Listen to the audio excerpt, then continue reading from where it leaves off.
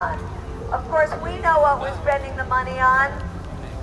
The merchants of death, the weapons contractors, the millionaires who surround us in the mansions in Virginia, who've made big bucks from this war.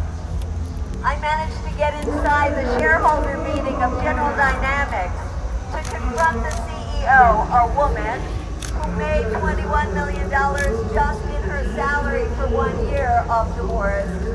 And I said to her, don't you think that if your profits are based on war and conflict around the world, and that's the only way you can make money, that you should maybe rethink your business model? And she replied and said, we pray for peace. We work for peace. We want peace. But just a week earlier, she had said to her shareholders that the dangerous times and all the conflicts around the world would bode well for their in the coming years. Are you coming back down tomorrow? So they don't pray for war, for peace. They pray for conflict. They pray for war.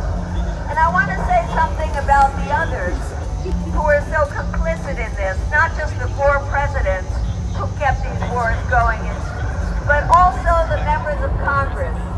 You would think that anybody who voted for the war in Iraq should have been kicked out. That should have been a career-ending vote, right? But it wasn't. In fact, one of those people who voted for the war in Iraq is now where? In the White House. So we have not held these people accountable at all. And it's about time we start holding them accountable. And one way we can do that is the upcoming military budget that is going to be passed sometime in September, October, November, and will be debated in those months. And I think we should say that any politician that calls themselves a progressive or somebody working for the people should pledge to us right now that they will not vote for a Pentagon budget that is any kind of increase from the last budget. That's the least that they can do. Many of us have called for the Pentagon budget to be cut in half. Cut it by $350 billion, and we'd still be by far the country with the largest military budget in the world.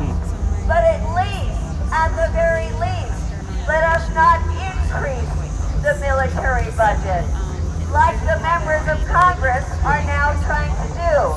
Not only increase it to where Biden had asked for an increase, but even $25 billion more than Biden had asked for. So for all of those politicians, we have to say, end the damn wars and stop pouring our money down the black hole of militarism.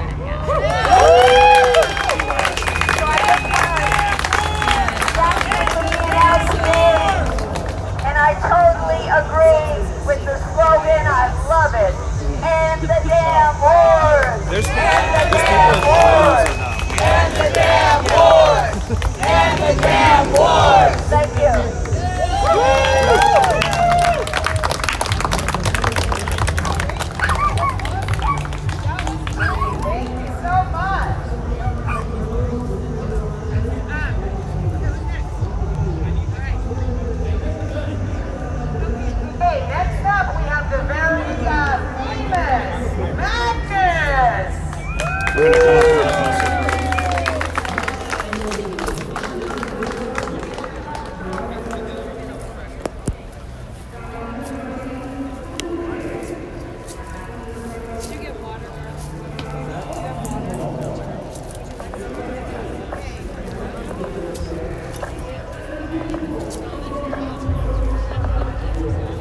Hello.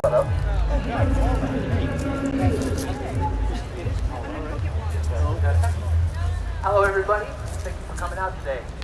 I have a little speech prepared. I was only 8 years old when the towers fell. I remember the panicked look on my teacher's face, being sent home from school early, and watching fear and bloodlust spread through our culture. As I grew up, I questioned why we attacked Iraq. I watched the war on terror slowly erode our civil liberties at home. I protested the bombing of Libya, a once prosperous country completely destroyed. I protested the invasion of Syria, military operations across Africa, and the ongoing genocide in Yemen. Out of confusion and anger, I threw myself into the subject. Decades of research and reading, some of which was authored by individuals who will be speaking here today. And it led me towards a deeper truth. For to touch them, they can be counted and measured. And occasionally the media will even acknowledge their existence. It's what goes unmentioned that matters the most. We don't discuss the countless black operations across the world, the assassinations, the funding and creating of terror organizations, manipulations of government and proxy wars that create the environment of hatred, violence that justified these wars. It will justify future wars. We don't discuss the economic warfare, sanctions that do nothing more than starve the poor, aid programs that prop up warlords and puppet regimes, predatory loans and state-sponsored corporate warfare that capture the wealth of nations. We ignore the environmental destruction. 900 Superfund sites, defined as a location that's almost impossible to rehabilitate, are directly contributed to the U.S. military. 59 million tons of CO2, 750,000 tons of toxic waste, soil polluted with depleted uranium, air filled with burning oil, and rivers choked with diesel. Don't you dare mention the traitors, the individuals who had the audacity to expose these crimes, the leakers, the whistleblowers, and the journalists who dared to ask the hard questions. Their lives are now ruined, slandered with labels such as traitor, spy, and thief, locked in jail cells for years, all charged with the exclusive crime of exposing crime. I am now 28 years old, and none of these wars have ended. We have in fact expanded them.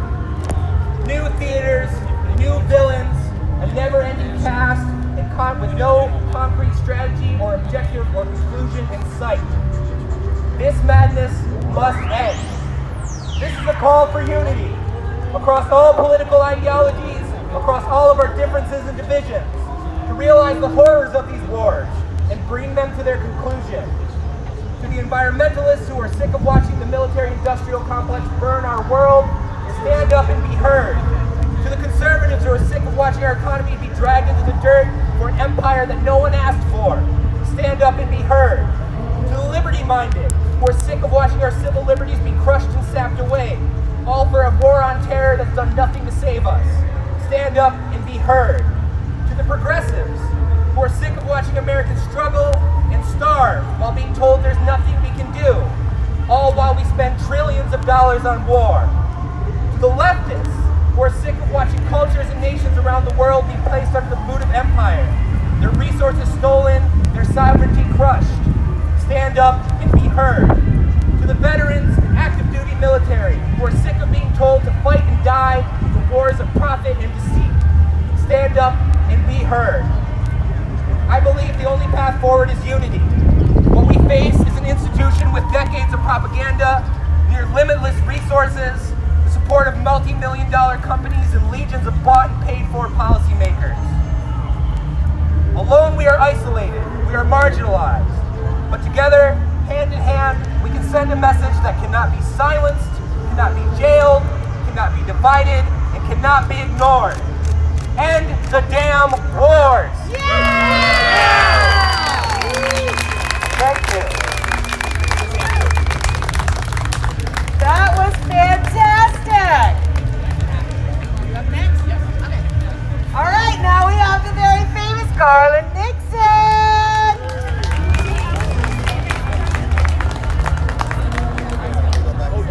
Where do you want to be? I can go in, I'm a good assistant. We'll ask Anderson. Hello.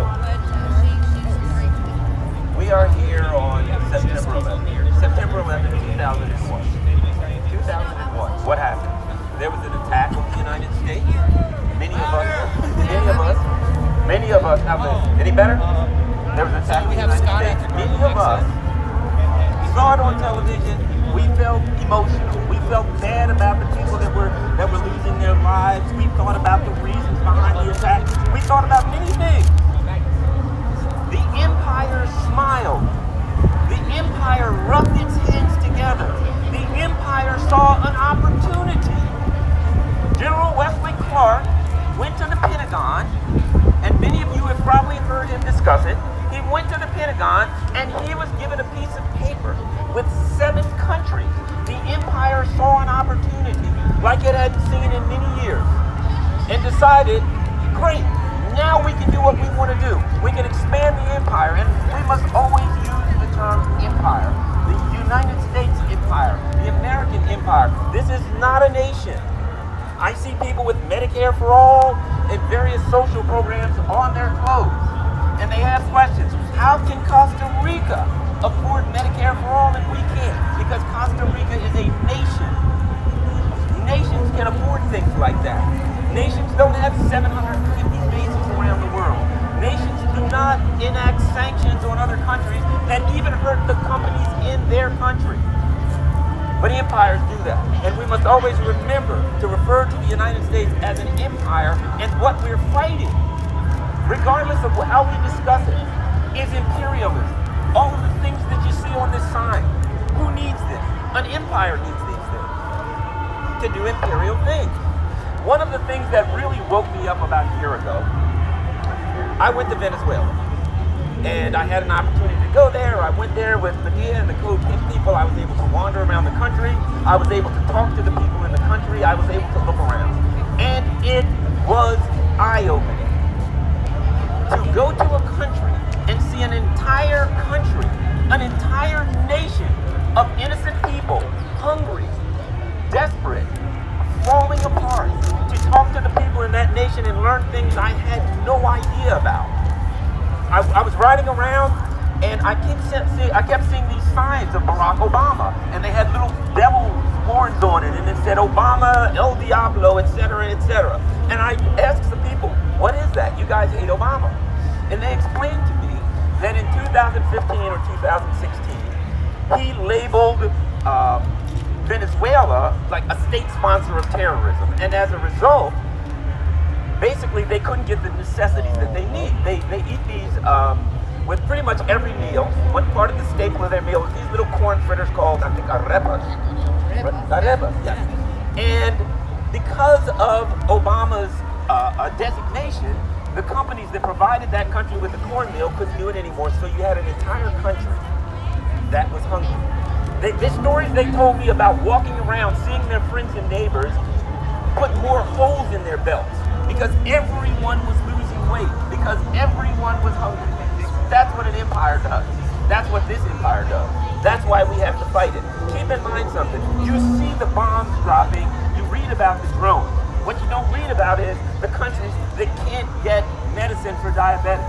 They can't get medicine for people who have diseases that are easily treatable. And tens of thousands and hundreds of thousands of people die because of the sanctions. Probably we kill more people with sanctions than we do with actual bombs and missiles. So if you take away anything from what I'm saying today, 2 things. Number 1, we got to stop the sanctions. And number 2, and this is a big one, free Julian Assange. Free Julian Assange. Let me hear it. Free Julian Assange. Free Julian Assange. And lastly, end the damn wars. End the damn wars. End the damn wars. Thank you so much. Andrew, you're next. Andrew, you're up next. Actually, Scott. Okay, next up we have Andrew. Hey, everybody! So we're going to practice a couple chants real quick. The first one, you got half of it down already. End the Damn wars. Stop the drone tours! End the Damn wars. Stop the Drone wars. End the Damn wars. Stop the Damn wars. Unionizer by Magnus and Kimber. I work with a group called Action for Assange primarily. We worked for the last 2.5 years since Julian was taken to prison to try to secure his freedom. So I've been honored to be invited to be here and invited to work with these amazing individuals. Today, we're here to talk about not just the wars themselves, but the costs. Not just the trillions of dollars that we spend on them, not just the millions of lives that are sacrificed for the profits of a few, but also the casualty of our country and our civil liberties. There is a man in jail right now in Belmarsh prison who about a year ago was tortured to the point that he could not remember his own name. But we did, and his name is Julian Assange. He had done more for the people of Afghanistan than any bomb, than any bullet, or any tank. He revealed 15,000 civilian murders. He revealed torture programs, human sex trafficking by United States allies, and that's just in this one conflict. To this day, Julian Assange is still held in solitary confinement inside a Belmarsh prison, even as everything he told us would happen in Afghanistan is coming true. Free! Free! Julian Assange! Free! Free! Julian Assange! So what are the other costs of war before I switch this microphone over to someone else? I want to tell a story of a young man by the name of Joshua Schultz. Most people have never heard of him, which is a travesty. He's a man that's now faced the second round of trials for a crime that the U.S. government admits he did not commit. He is the alleged source of the Vault 7 WikiLeaks that revealed the cyber arsenal of the CIA and the weapons they used against activists, journalists, and governments around the world which did not consent with them. Joshua Schultz, for the last 1,412 days, has been kept in isolation as a pretrial detainee. For at least 1,050 days, he has been under special administrative measures. He's being kept in the same prison in New York where Jeffrey Epstein didn't kill himself. Somehow they can't keep track of him, but Joshua Schultz, they know right where he is. If Joshua's family wishes to visit him, it is a grueling 5-hour process for Joshua to meet with them and then to get back to his cell once he leaves. The MCC, the Manhattan Correction Center, is set up in such a way that it allows humans to be treated worse than any animal you can imagine. Joshua Schultz, if he wants to meet with his family, is escorted into the yard where he's strip searched and left in a cage. A literal 6x6 dog kennel in the beating sun. For hours! It can be 4 to 5 hours until they approve his visitors while he sits in this cage. There's no restroom. There's no public facility. If he needs to use the bathroom, they give him a bag to urinate and defecate in. This is an American citizen 4 hours north of here. But I want to bring you a message of hope, and it doesn't come from Congress, the White House, the judiciary. It doesn't come from the UK government, and it comes from no legislation. The hope we have now is that we are not in cages, that we can still make these changes, because without us, there is no opposition to the damn wars. So each and every one of you here in one way or another has been involved in the political process. Whether it's supporting a candidate, organizing yourself, running for office, starting a movement. Every person here is called to return to your communities and to be the voice of Julian, to be the anti-war voice in America. Because without us, there is none. So thank you for everyone who's attended, and this is only the beginning.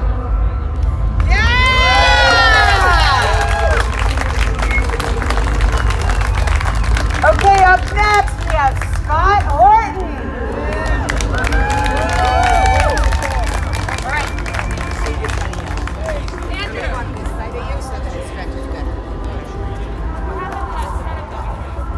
That's Howdy. You guys hear me all right? All right. Mine's going to be longer and less exciting. My talk is going to be longer and less exciting. I want to start with the simple fact that's off topic. What? Oh. Volume up. Barely hear you. Volume up? There we go. Oh, There you go. Yeah, put it right to far your away. face. You gotta make out with it. All right. I already had the term, so I'm good. Listen.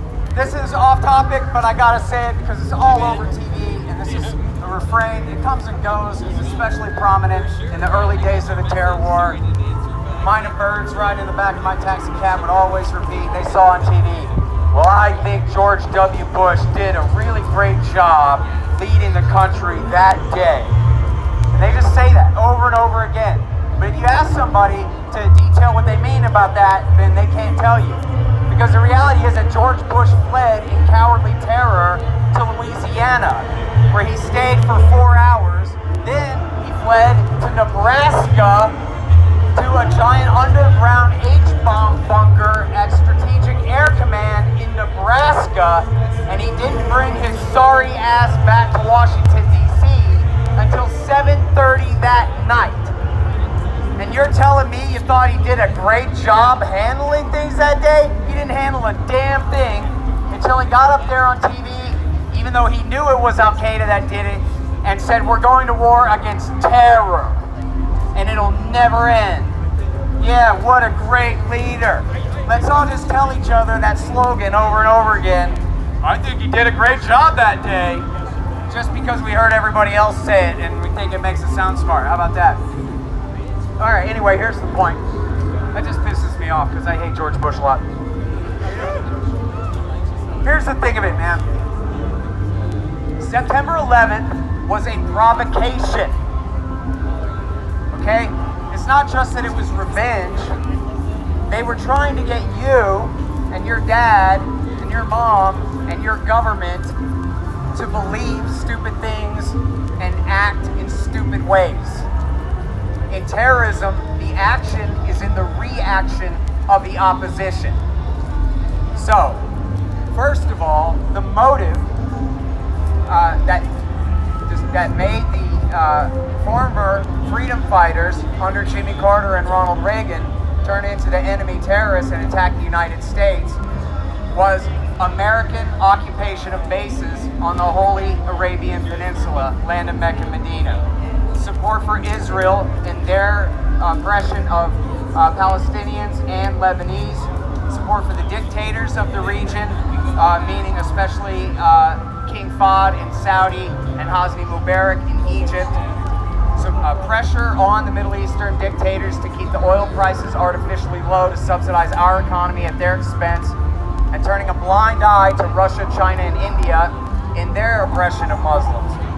And what's interesting is, that's not true. That last part, Bill Clinton supported Al-Qaeda in Bosnia and in Kosovo against Russia's closest allies, the Serbs, and supported the Uyghurs in training them in Afghanistan for use against the Chinese, and also supported the Chechen terrorists.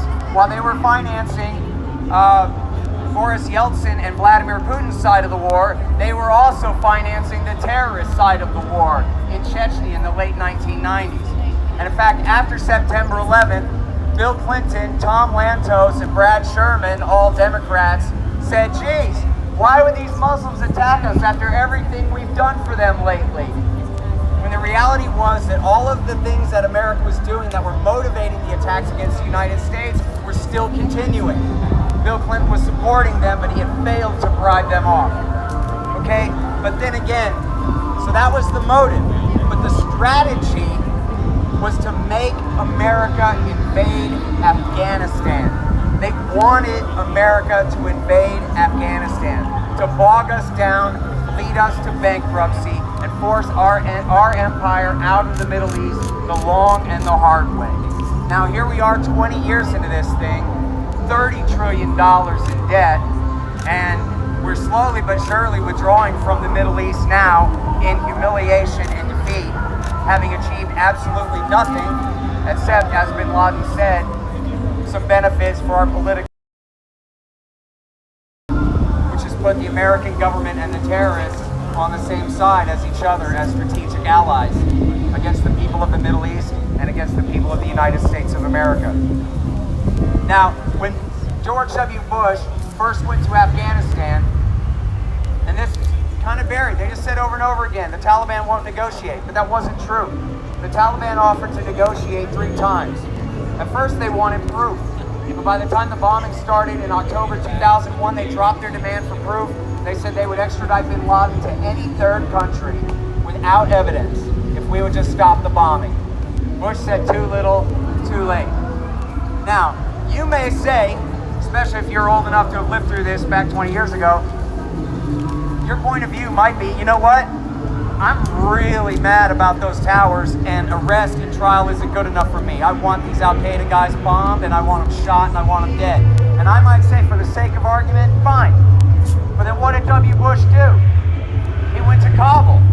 He took the side of General Rashid Dostum, who had served the Soviet Union and the Northern Alliance, to do a regime change in Kabul and overthrow the Taliban that did not attack us, while he let Osama bin Laden and Ayman al-Zawahiri escape from Tora Bora. While the CIA and the Delta Force begged for reinforcements, they were denied for weeks. And then once bin Laden escaped into Pakistan, they were forbidden from following him across the border into a friendly nation where they were perfectly welcome to give chase. And then he installed a new government in Kabul. And then he declared it America's object to protect that new government against all of its enemies forever. And that put America on the side of the worst drug dealers and torturers and murderers, child rapists and warlords in Afghan history, while fighting some of them, recruiting the rest. And that's why the government that they created in Kabul was always destined for failure. It was the enemy of the people of Afghanistan, not their security force. And then what they do? They lied. And they pretended that bin Laden, who they let escape, had a secret alliance with Saddam Hussein in Iraq. And they lied that they knew that Saddam Hussein had chemical, biological, and even was reconstituting, as Dick Cheney said, nuclear weapons. Which he never had in the first place, pretty difficult to reconstitute, but anyway. And as Bush said repeatedly, just imagine September 11th, but this time with the terrorists armed with weapons of mass destruction from Saddam Hussein's Iraq, in order to manipulate your family into being so afraid that you would let them start a war against a country that did not attack us, that had nothing to do with the attack on this country. As the previous speaker indicated, Wesley Clark was shown by a general at the Pentagon the neocons hit list for regime change. 7 nations: Iraq, Syria, Lebanon, Libya, Sudan, Somalia, and ending with Iran. Not one of those countries had an alliance with Osama bin Laden. Not one of those countries had the slightest thing to do with the attack on the United States. And they just decided, you know, a lot of people in the last 20 years have been 9/11 truthers and thought that Dick Cheney and the Israelis or Saudis did the attack just so they could have an excuse. But the reality is, they might as well have done it themselves. They exploited the death of those 3,000 people like they didn't matter at all. Like the grief of their families didn't matter at all. Suckers, now that you're afraid, we're gonna trick you into letting us have bonus wars and attack people who had nothing to do with this. And I know, I was around. I was 25 when the attack happened, and I had a job where I was interacting with the public constantly. And people believed that Saddam Hussein did 9/11. If you ask them, how come we're waiting to bomb them then? Why are we asking the French for permission to start attacking them if we're just defending ourselves? Doesn't matter. They were afraid. The president said that this is the enemy, and Saudis hiding in Afghanistan, Iraqi Baathists in Baghdad, same difference to them. If the president says it's necessary, what do you think? He's flying us into war? That's absurd. And then what they do? In invading Iraq, all they did was empower their strategic rivals, Iran. They hated Ayatollah Khamenei. They fought an entire civil war for his best friends and put them in power in Baghdad. And then they wish they didn't. And then they launched what's called the redirection in 2006, where they decided, you know what? We don't really mind Al-Qaeda all that bad after all. They might have killed 3,000 American civilians and they here in the United States, and they might have been the worst part of the Sunni insurgency in Iraq, but our government decided that they hate the Ayatollah more. And so they went right back to their strategy of backing the bin Ladenites, just as they had since Jimmy Carter. Where now the war on terrorism, such as it has taken place in small amounts in Iraq after Al-Qaeda came there after the war, in Pakistan and in Yemen, these are the aberrations. America's going right back to backing Al-Qaeda again. Fatah al-Islam in Lebanon, Muslim Brotherhood groups, and of course all different Ahrar al-Sham and Jabhat al-Nusra and all the terrorists in Syria, the Libyan Islamic Fighting Group and Ansar al-Sharia and Al-Qaeda in the Islamic Maghreb in their fights in North Africa. And right now, even though Obama started a drone war against Al-Qaeda in the Arabian Peninsula back in 2009, he changed his mind. And in 2015, he took Al-Qaeda in the Arabian Peninsula's side against their enemies, the Houthis, because the Houthis are friends with the hated enemy, Iran. And so here our government, as they mark this occasion all over this town and celebrate what victims they are, they're up to their eyeballs to this very day in the highest treason, fighting back again on the side of the Al-Qaeda enemy, the enemy of the American people, the strategic allies of the United States government. That's your security force. And they spent $10 trillion. Now, if I told you, hey, at least we made $10 trillion off the war, well, that ain't right, is it? But somebody did, didn't they? Right around here. You can smell the blood on the money. It's a windy day. And we got a police state here at home. The choking life that Osama bin Laden promised us. He didn't hate our freedom, but he did want to destroy it. He thought it'd be hilarious if the American people adopted a totalitarian security state in order to protect them from the threat of terrorism.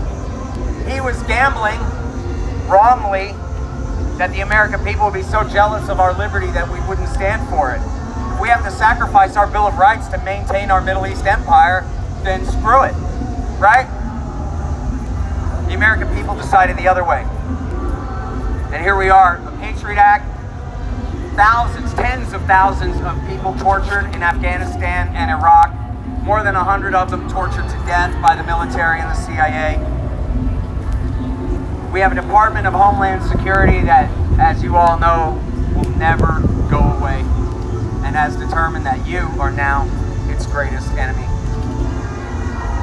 And we've got 30,000.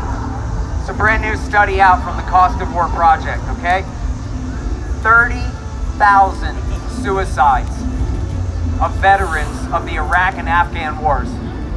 Now, when you hear about suicides, 22 a day, a lot of times that includes World War II and Korea and Vietnam veterans getting old. This is just from the 21st century terror wars. We lost 4,500 guys in Iraq. We lost 2,500 guys in Afghanistan. We lost 30,000 to them shooting themselves in the fucking head because of the betrayal of this government and frankly of the American people, tolerating this policy, sending them off to kill and die and sacrifice their best friends for lies. January 2001, the first month of not just the new century, but the new millennium. and the American people put Prescott Bush's grandson in the chair. With Dick Cheney and a bunch of agents of the Likud party from Israel who got the entire millennium off on the wrong foot. 20 years in now. More than 1 million dead. 10 trillion blown. The entire Middle East, hell, from Nigeria to Pakistan, destabilized. But it's not too late to start to put it right. We start to put it right by putting an end to doing what is wrong. It's not giving in to terrorists to abolish the empire that we never should have had in the first place. It's the right thing to do. And it's the only way to protect this country from terrorism. Thank you.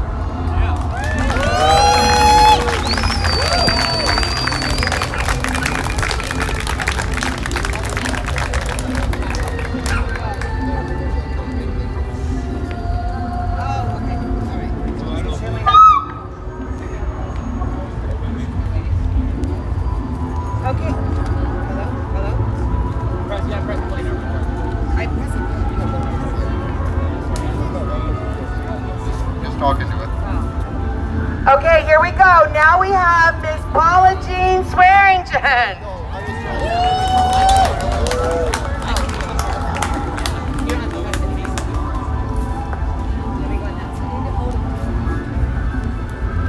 Hi everyone, how you doing? Can everybody hear out there? I know the noise is really loud back there. I don't know if y'all know me or not. My name is Paula Jean Swearingen. I'm from West Virginia. I'm a coal miner's daughter and granddaughter. And I run. Can y'all hear me now? Better. I'm Paula Jean Swearingen. I don't know if you know me or not. I'm a native West Virginian. I'm a coal miner's daughter and granddaughter of my family. I think at least 6 generations back. My family is from coal mining, and I have a lot of veterans in my family. Specifically one, my dad passed away at 52 years old. He went to Vietnam, and he came home after everything that my family had sacrificed for the Industrial Revolution and the military, and my dad was exposed to Agent Orange, and he suffocated to death at 52 years old. In this country, we don't have a budgeting problem, we have a moral problem. Not only will we kill people overseas, but when we ask for our government not to have an inflated military budget, and we want basic human rights, like back home we don't have even adequate sewage systems. We don't have clean water, we don't have clean air. Not only are they blowing up other countries and they're not worried about children dying in Yemen, but they're blowing up our mountains back home. But one thing, that we're at a pivotal time, y'all. When I go to my neighbor's homes, if one of us are hungry, we feed each other. We help each other. If I ask my neighbor for a wrench, he doesn't ask me if I'm a Democrat or a Republican. He comes over and helps me. I run for Congress. I know how corrupt it is. And we have to get dark money out of politics, but we have to quit being divided.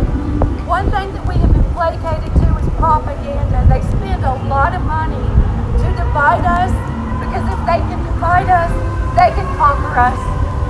We need to stand up now, and not only fight for now, but fight for future generations.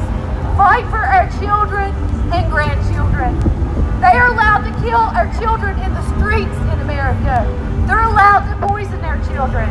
I worry every day, not only now, but I used to worry my children would get cancer. Now I have to worry about my grandson getting cancer because of his zip code. When we talk about our veterans, they don't have any place to come home to.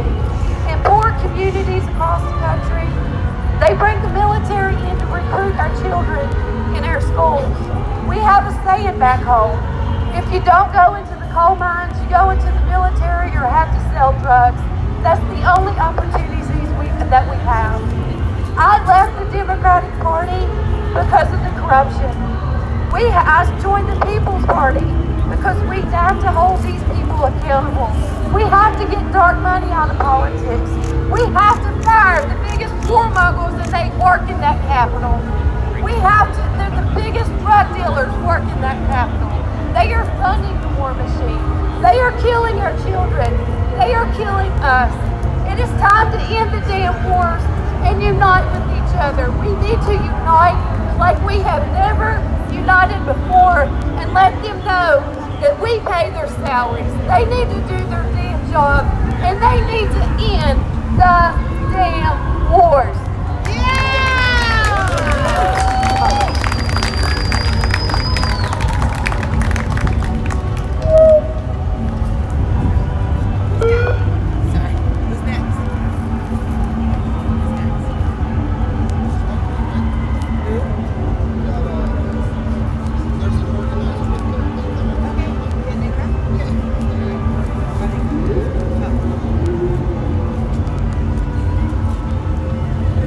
I had just spoken with an organizer from Code Pink that said that they have an event taking place tomorrow at 3 o'clock outside of the White House.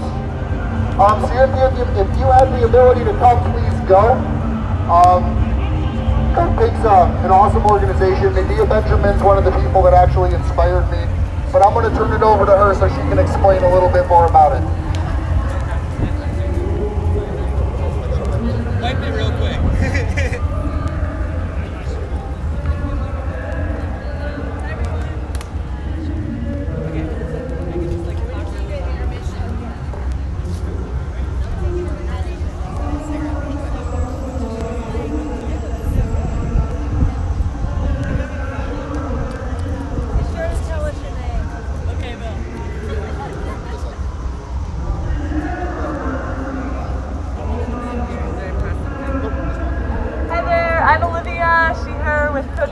I'm an organizer.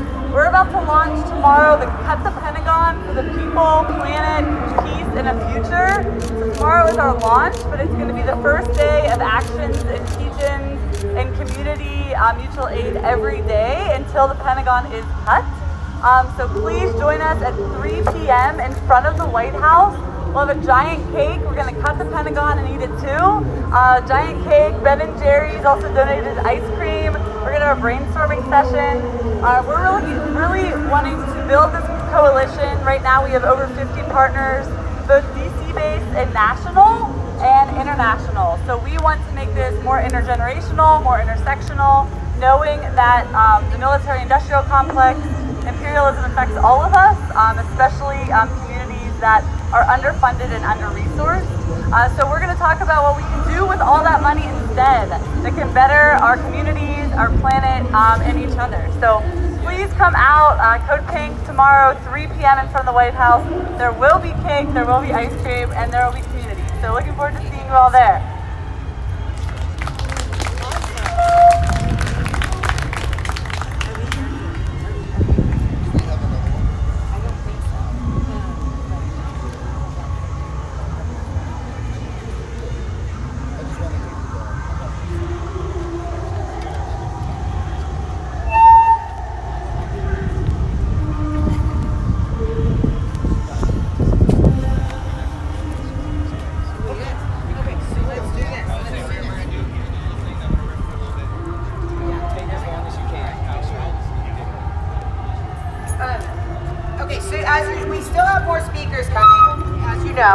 I'm glad that happened to you. So we have more speakers coming. We're waiting on a few people that are having trouble arriving, but they will be here. So we're going to have Andrew's going to do something first, and then we have some very important people coming, and it will just move on. Do you guys want to do a chant? Yes. Woo! Come on! Let's get enthusiastic. Okay, we're gonna say, hey Joe, hell no, these fucking wars have got to go. Hey Joe, hell no, these fucking wars have got to go. Hey Joe, hell no, these fucking wars have got to go. Hey Joe, hell no, these fucking wars have got to go. Yeah!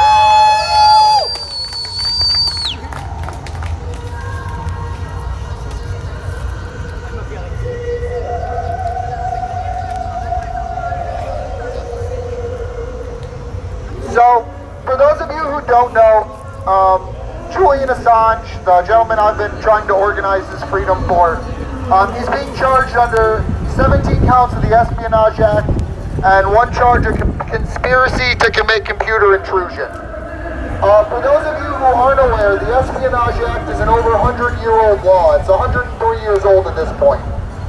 It was built in the lead up to World War I as a way specifically to target anti-war activists that were trying to move populations to dissidents. This speech that I'm going to read is actually a violation of the Espionage Act. It's Eugene Debbs's June 16, 1918 speech that he gave near my hometown in Canton, Ohio, 102 years ago today. Not today, but throughout history, war has been waged for conquest and plunder.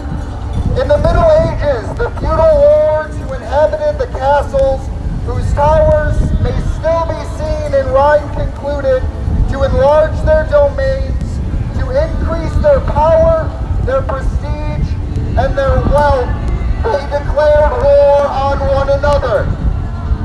But they themselves did not go to war, any more than the modern feudal lords.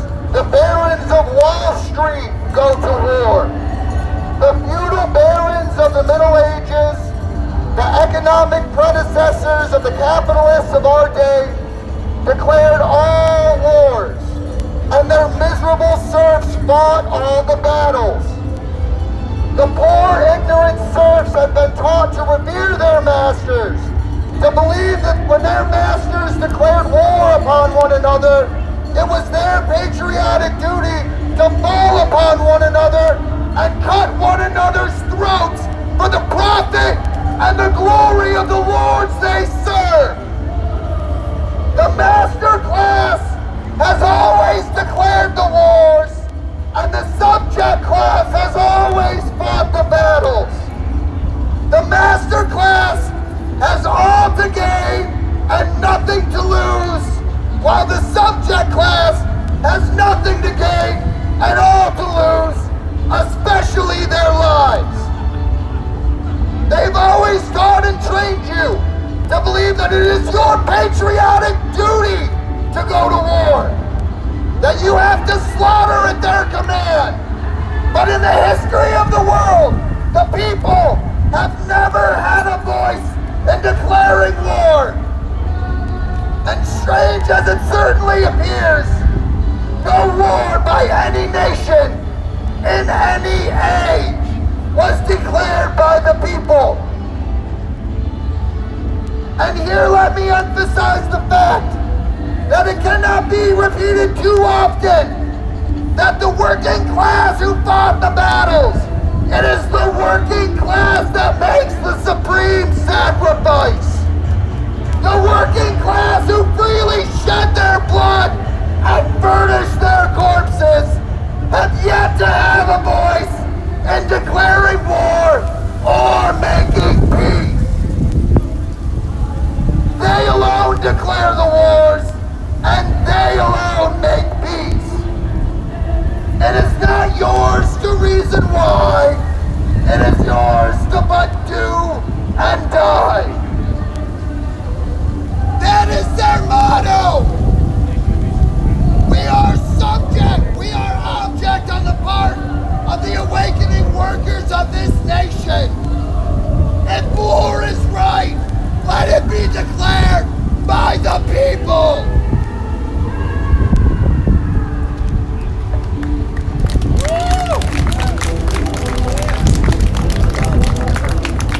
What you just heard was technically illegal. It is a violation of the Espionage Act. By hearing it, you are now partaking in a crime. This may sound absurd to you, but that is the world we live in. That is a 100-year-old law. And simply the words spoken, where people were put in jail. People like Julian Assange, people like Daniel Hale, uncountable others. We have many more speakers coming up. Thank you all for showing up. There's water underneath the tent. You can get some. I know it's hot. Thank you so much.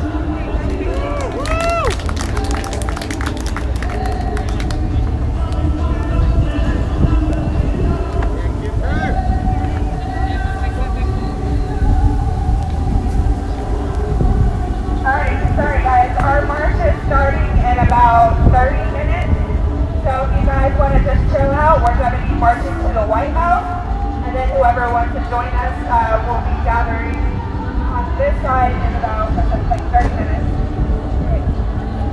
Okay, but before we march, we have to have more speakers. So here is Sana Day from the People's Party.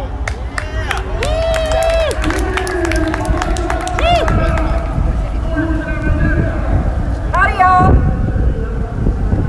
We are out here because our government would rather spend money sending people overseas to fight and die rather than investing in us right here in our own country.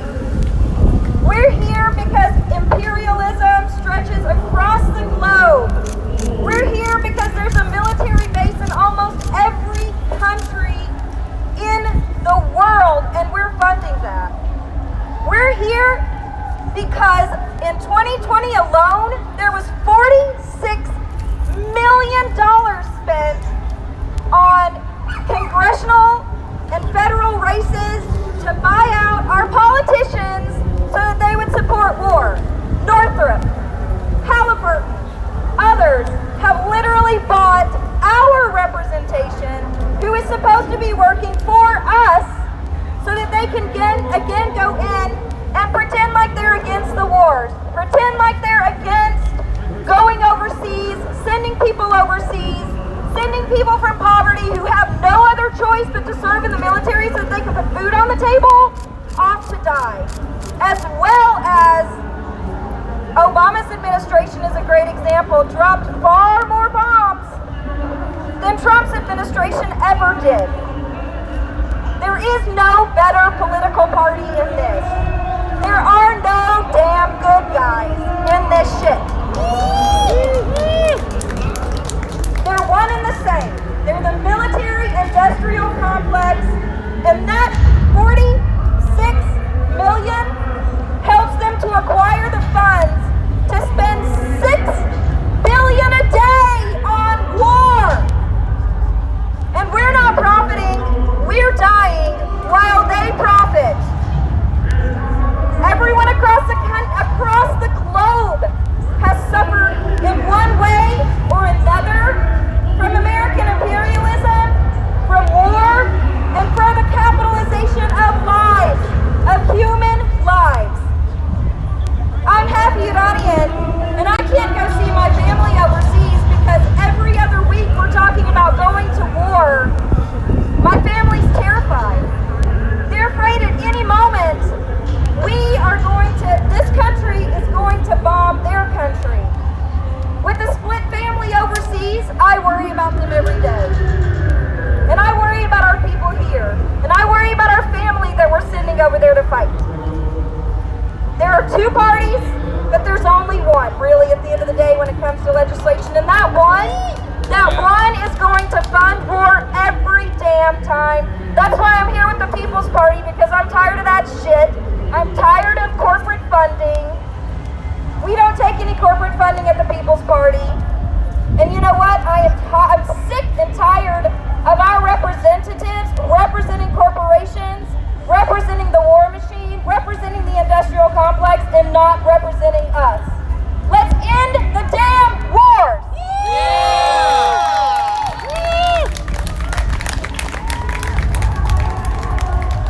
I believe Andrew has to finish some things, so we're going to have him come on up.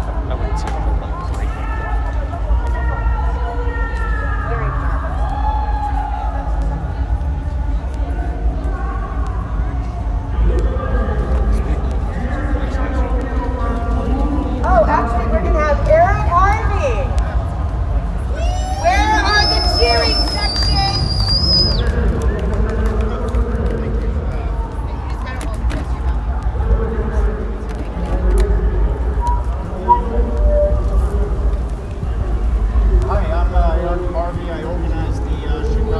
Of assigned defense, along with Bill Ayers, attorney Dorn, two retired professors. And I write for a couple of sites overseas, and here in LA. So I can't think of a more appropriate quote to put on that sign back there. There is a direct relationship between bits of information and the way governments societies are organized, the relationship between governments and their citizens. Oh, sorry. Been a long 24 hours. Let's do it! All right. In other words, what Julian Assange does has direct relevance to the nature of political organizations, the way societies are structured, in his being able to disseminate information. Of course, not able to now, given what's happening to him. And journalism then is a way to put a check on power. Yes, again, on my mouth. All right. And say, for example, what Justice Hugo Black said in the early 70s during New York Times Go US, where the New York Times was facing an injunction from the United States not to release the Pentagon Papers. The covert study ultimately released, of course, and made public of America's wrongs in Southeast Asia. The government lost, and Hugo Black said, what is liberty? Liberty is the greatest bulwark, the press is the greatest bulwark of civilization. And, he was referring to something that James Madison had said. In other words, contrary to what people believe, they'll claim Julian Assange is a traitor, anti-American, or anti-democratic against freedom, right? But actually, he is one of the emblems behind the greatest bulwark of civilization. In The World According to Empire, a book, detailing and deconstructing documents released by WikiLeaks, he writes the introduction, and in it he draws a connection between how the flow of information in cultures is regulated and what those power structures look like. And it's almost as if now it's not a class struggle that is characterized in history. He goes all the way back to use of papyrus and the commitment of information to those through history, and then catalogs what's going on with secrecy in government in the United States. We're dealing with the informationally disenfranchised when we're trying to determine how abuses occur. Say, overfund the military at the expense of educational resources, as Cornell West has spent a great deal of time analyzing. In other words, what is education but the ability to interpret the information you ingest and then disenfranchising people from access to those resources creates these stratifications and ultimately may have facilitated the criminalization of black people on the left in the early 70s when Nixon was running for re-election. In other words, throughout history we see this over and over again, and actually the criminalization of journalism is not a new thing. I've been discussing this and how information flows in societies. For example, since the early 80s, a famous journalist and black empowerment activist, originally the Minister of Information for the Black Panthers at the age of 15, Mia Abu-Jamal, was sentenced to death for the wrongful conviction in a case of murder of a police officer in Philadelphia. He remains in jail 40 years later, having recently recovered from very, very serious health conditions, and historically, though, being denied access to medical resources in prison. I would say they're trying to criminalize journalism there. He was a journalist, a radio broadcaster. He's written many books from prison and has earned many degrees. Basically, an emblem of power in that he has ingested information and he communicates it. In other words, what is happening right now is another example of criminality in the face of informational threats that writers, journalists, circulators of information present. And a powerful people, that's dictated by whether or not they have access to this information. Just to boil all this down, this is a way to reinforce anti-democratic institutions by a country that claims they are an emblem of it. Feel it when I get it. Don't worry, I'm almost here. Anyway, I was a little sidetracked. Almost here, you relax. You're there. In other words, actually it's very interesting to know one of the greatest political celebrities of this day and age is Noam Chomsky, originally a linguist. Right? What does that mean? He studies, deconstructs, analyzes, discusses language. There is power and there is politics in language. And here we see the U.S., putting in front of Julian Assange the possibility of 175 years in solitary confinement, the same prison that hate preacher Abu Hamza, someone who had organized a terrorist training camp in Rye, Oregon. He's in that prison as well. What does that say about the government's attitude towards journalism? He's now being held in the same prison that actually Abu Hamza was in before he was extradited to the United States. He's in prison with one of the most notorious pedophiles in human history. And he faces consequences like this, Julian Assange, because of his circulating information. He is a journalist, and the assault on journalism here is an attempt to reinforce tyranny. And that is what is at stake. Thank you so much. Okay, Andrew, are you ready? Jordan's next. Oh, okay, Jordan's next. Get on up here, girl. Woo! I got it. You gotta be loud. Oh, yeah, I'll be loud. All right, from the diaphragm, get loud. Hello, everyone. Hi. Hi, my name's Jordan. I work with DC Metro for Assange. And I just want to come up here and say the lyrics of a song that I wanted to perform today, but noise-wise, no. Can you perform it? I can perform it later. Let's do it. Well, I mean, with my guitar and everything. Oh, okay. But I wanted to at least put the lyrics out here, okay, because it was very much inspired by today's lyric called End the Damn Wars. Sorry, alright, so, damn war! End the damn wars! Damn war! End the damn wars! What for? Who for? All dying. No trying. No more fighting. No more crying. No more dying. Let's start trying. Trying their asses. Let's end damn war. End the damn war. Damn war. End the damn war. War criminals. The goddamn media. All them lobbyists. Whole damn Congress. Got me screaming damn war. End the damn war. Damn war. End the damn war. Say it with me. Damn war. Damn wars! End the damn war. End the damn wars! Damn wars! End the damn wars! One more time! Damn wars! End the damn wars! Damn wars! End the damn wars! Thank you so much. Y'all have a great day.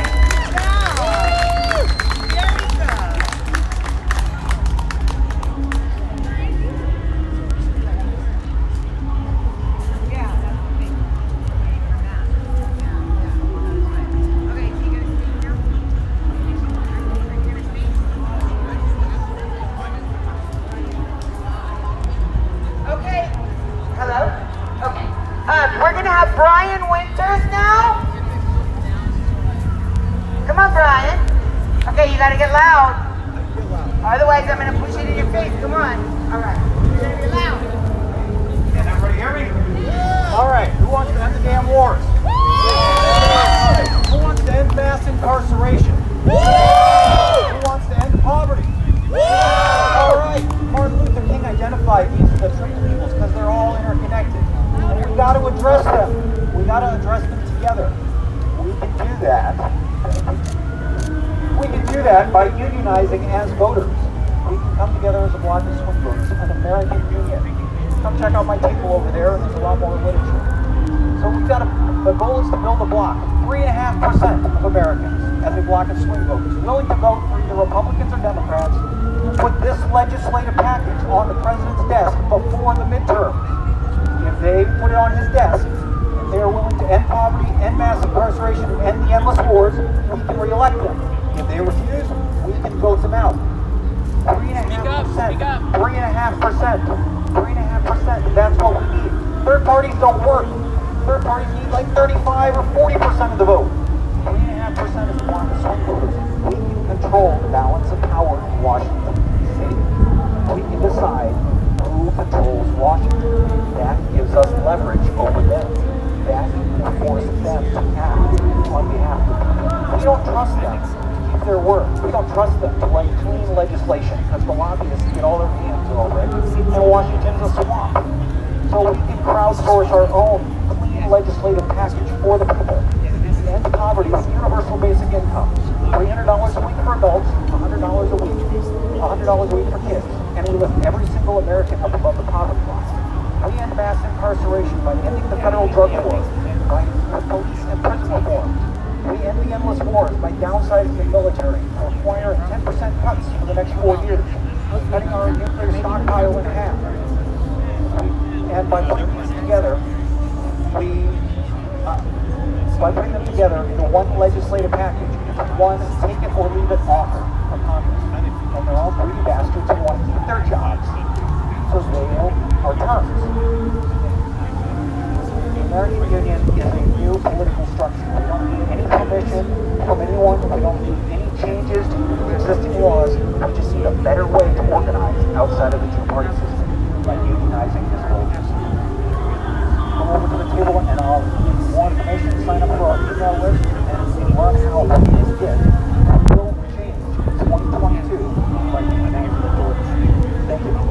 Thank you.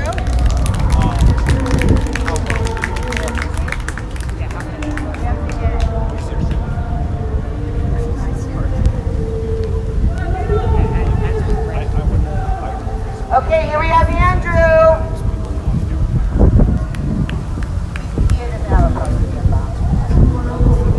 So, we stand on the shoulders of giants being here today.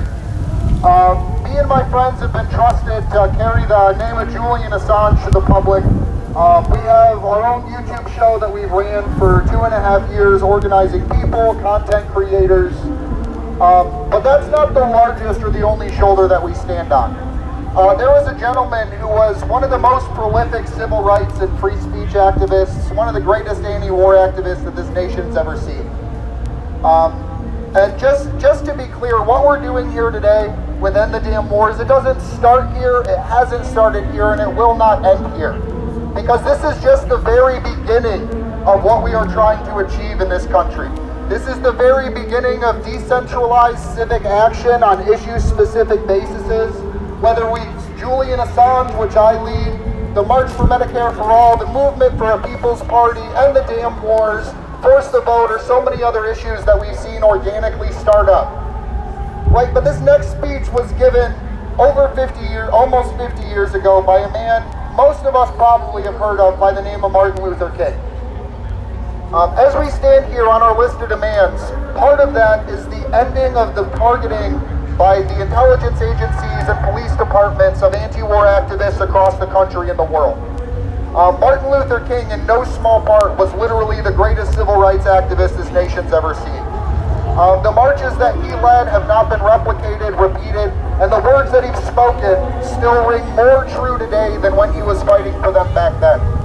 So although this one event is built around the idea of ending the damn wars, the movement that we are building is creating the next civil rights campaign in America. Whether it takes us a decade, whether it takes us 10 days, we will not give up and we will not back down. So these next words I'm going to read to you are words which got Martin Luther King killed. A lot of people don't know this, or maybe they do, but the FBI threatened Martin Luther King. They rigged cameras up in his hotel room, planted a honey trap, and blackmailed him for having sex with a partner that wasn't his wife.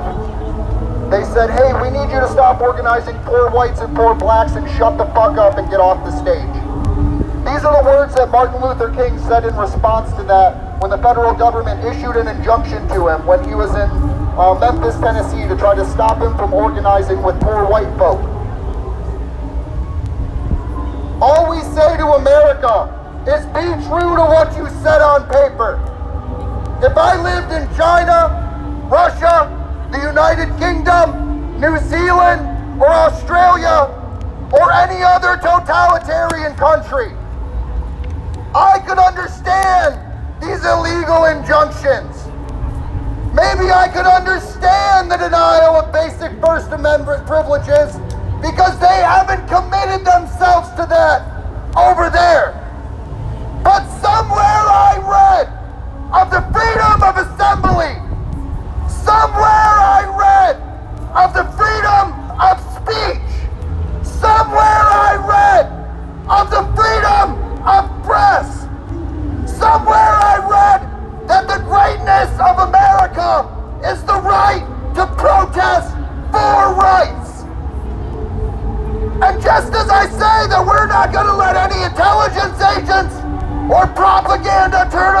around. We will not let any domestic terror legislation turn us around.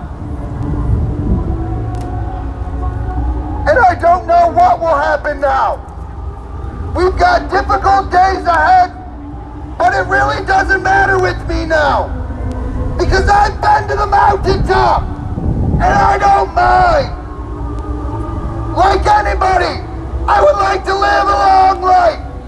Longevity has its place, but I'm not concerned about that now.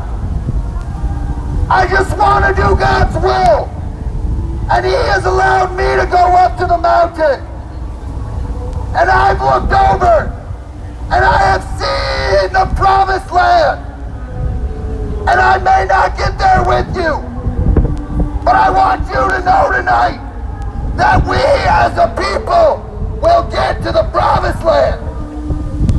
So I'm happy tonight, and I'm not worried about anything. I'm not fearing any man. My eyes have seen the glory of the coming of the Lord. Those were the final public words spoken by Dr. Martin Luther King in direct defiance of the United States intelligence agencies.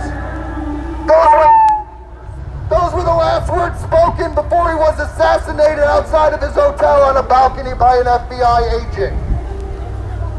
These words are not dead. Nothing about what he dreamed for is dead. It is our time. As I look across the crowd, I don't mean to stereotype, but the majority of us here are white.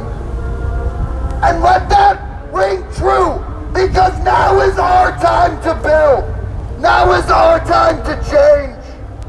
And I need each and every person here to go home an organizer.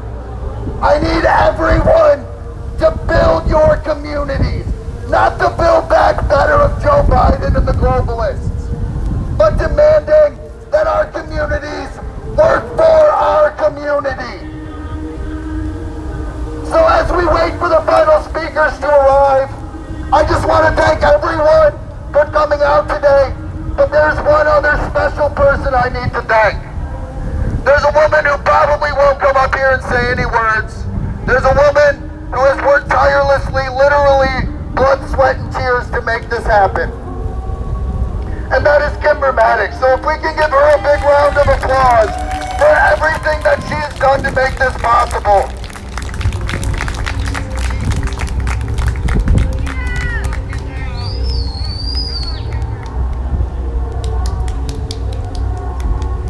Alright, hi guys. I'm not much of a public speaker, but there is something I wanted to say because it is important. One thing that Andrew touched on were the intelligence agencies. And, you know, we hear about them in passing and, you know, like all the great things that they do.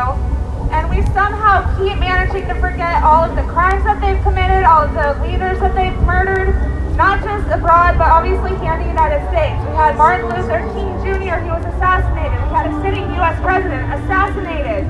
We had Fred Hampton assassinated. And they didn't go away. They're still here. They're still doing the same things that they've always done, just in the shadows. And I think what's really important is knowing that we cannot have an anti-war movement if we do not also have a movement that holds our intelligence agencies accountable and the war criminals accountable. So I wanted to make sure that we had an anti-war movement that was bipartisan, because one way that they get to us is they turn us against each other. And we had that a lot this time. We had people on the left and the right saying, why are you working with those people? They stand for this, they stand for that. And I'm like, I don't care. Are they anti-war? Then come. That is what we need to build. So thank you guys. This is not our last action. This is our first action. We needed to make sure that people know who we are, what we stand for. We have a list of demands that we had all of our coordinators, whether they were part of the Libertarian Party or whether they were just somebody who wanted to organize something on their own. We said as long as you abide by these lists of demands that we can all get behind, then let's do this. And so we are about policies, we are about the issues, we are not about infighting, I don't give anything about your personal politics. Let's just end the damn wars, keep our goals, let's just keep our eyes on the prize, and remember that we cannot do this unless unless we go after the intelligence agencies. They will continue to infiltrate us, they will continue to divide us, but we just have to stay together because it is together that we will win this. And thank you guys.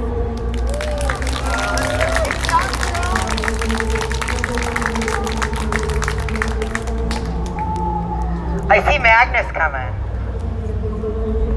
Come and bring some magic.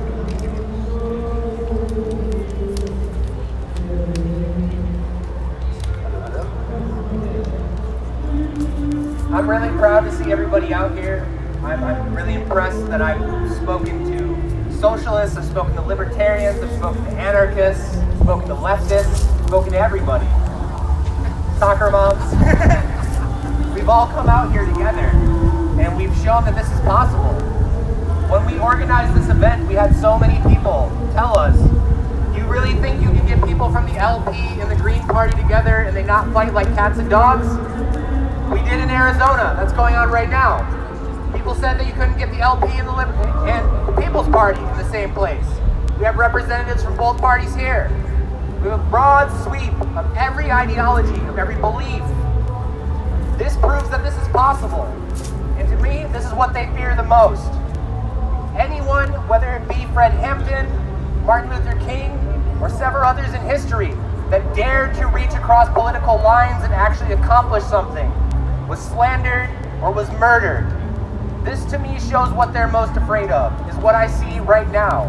They do not want these conversations to happen. They don't want you to hear these people speak. They want you to stay in your bubble. They want you to stay online. They only want to talk to people you agree with. And if you talk to people you disagree with, they just want you to fight. They want you to hate each other. They want you to cause internal strife and conflict. But when they see this, when they see people coming together in unity over single issues, that terrifies them.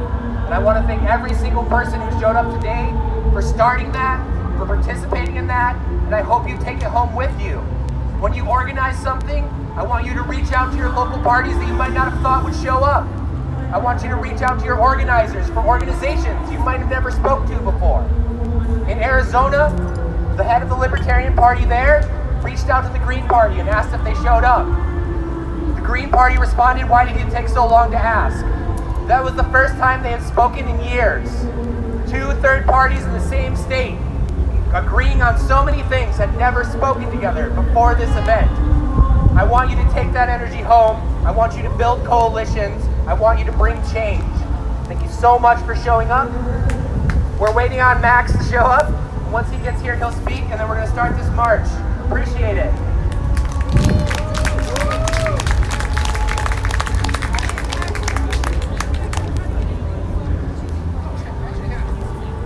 Actually, something we can do really quick.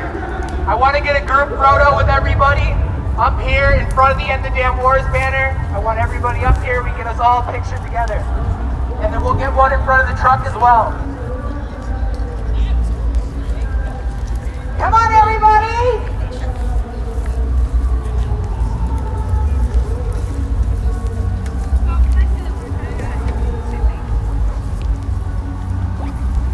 Also, while we still have everybody here, we do have one more action tomorrow outside of the British Embassy and the Vice President's Mansion.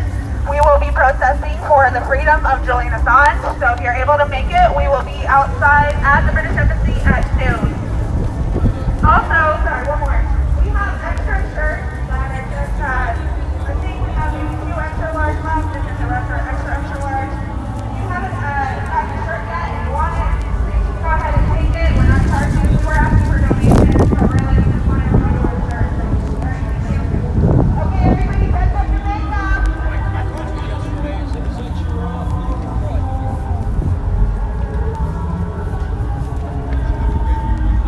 We get shorter people in the front.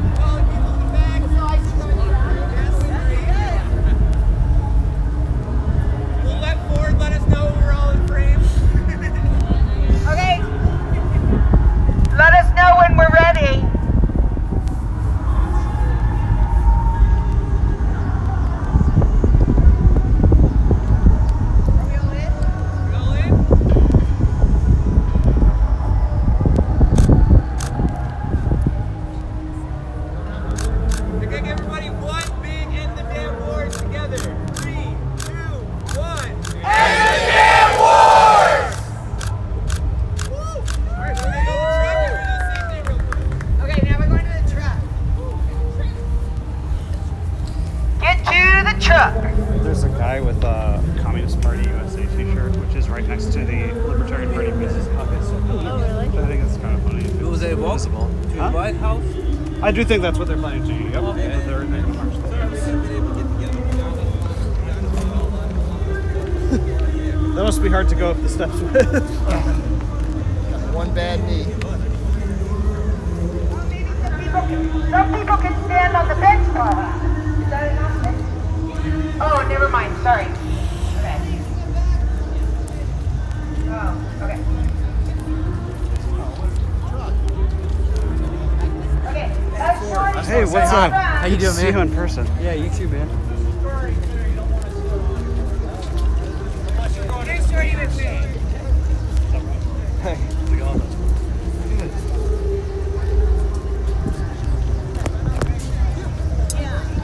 Eddie in the t-shirt is the guy here. Oh, wait, no. Yeah.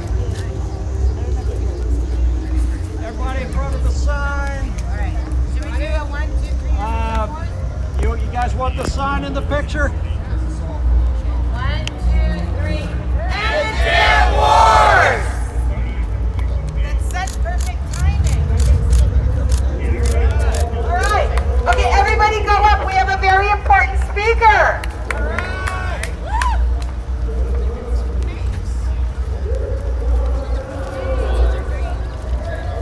That's you. Twitter's going to be extra butthurt than Max Blumenthal here. Blumenthal? I'm pretty sure that's it.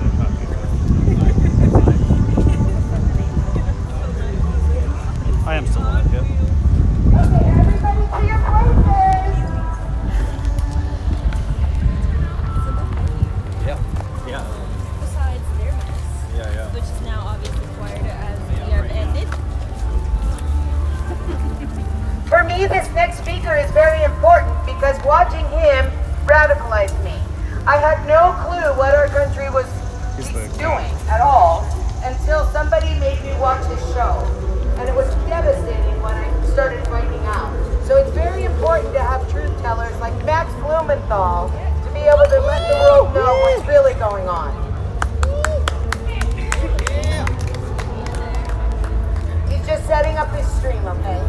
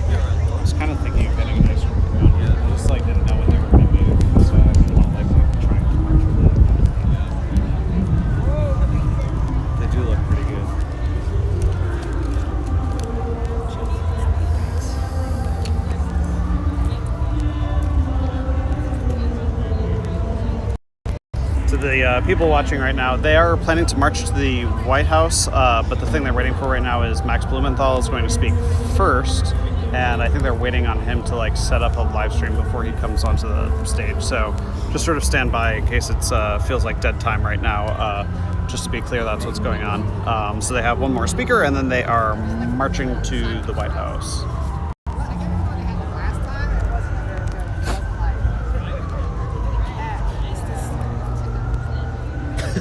No. Holy crap. I think the way I would do it is try to tag him, and then even if you don't want to tag him, like, it'll give you the spelling.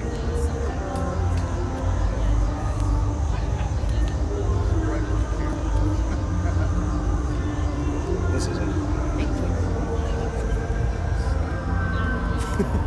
That was his lady spelling. Thank you very much. I'm proud of my misspelling. Oh, look at the pit bull eating the ice cream. I love dogs. That's just a cute moment for me. Doggy eating ice cream. It's probably doggy ice cream. It's supposed to have fruit and ice cream. Dogs can have a little ice cream. That's a treat. Yeah, it's just so much sugar. For us too, but we do it. Oh yeah. But they're just small. So the sugar is like 1,000 times higher. That dog's not that small. That's a big boy. I would mostly do it. All right, there he is.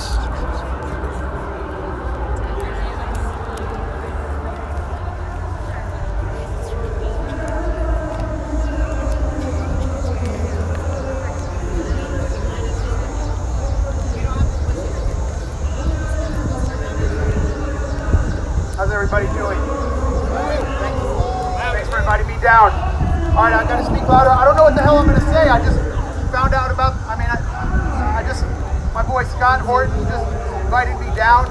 I was just streaming at Moderate Rebels, interrupted the stream, and came down because I think it's so important to remind people about what it was like to be here, to be in the U.S.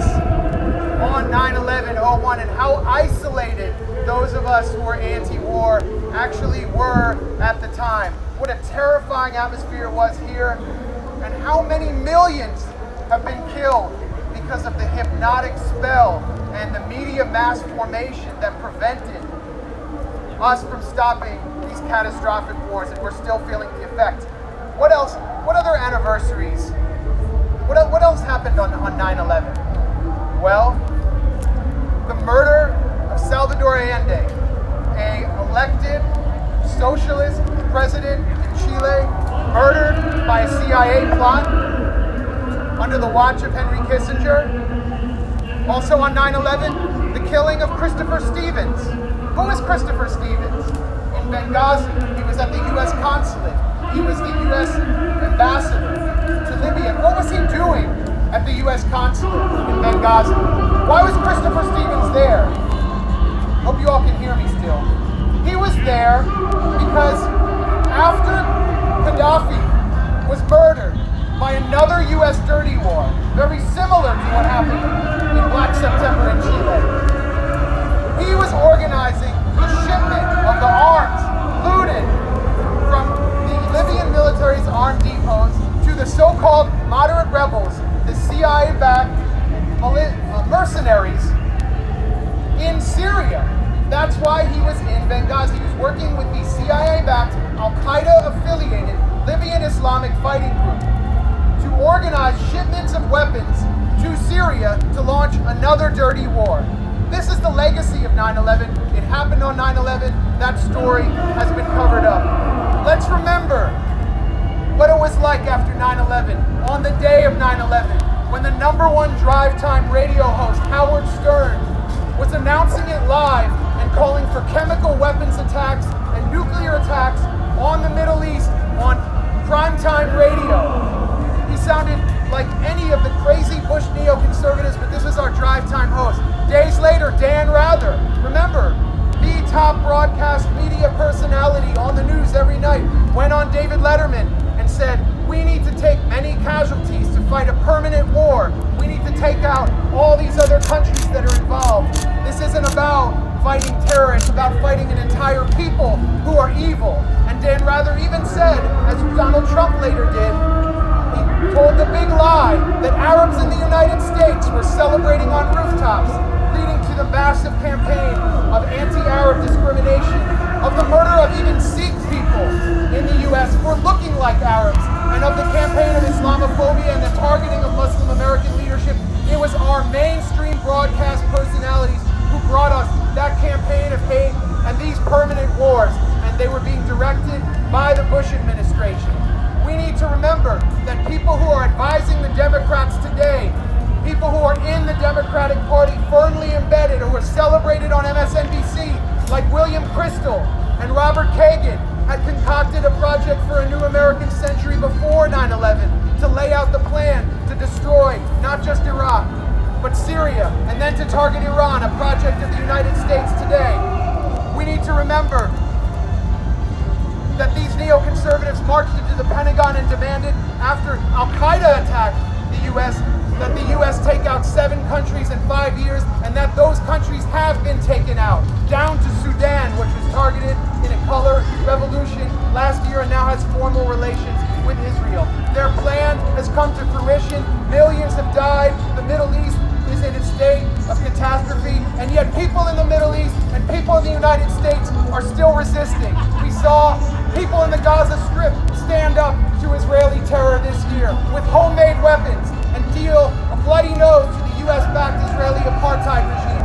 We see people in Yemen standing up against the U.S. campaign of terror, defeating solidly, smashing in the face the largest importer of U.S. weapons, the monarchic Saudi regime that was directly implicated in the 9/11 attacks.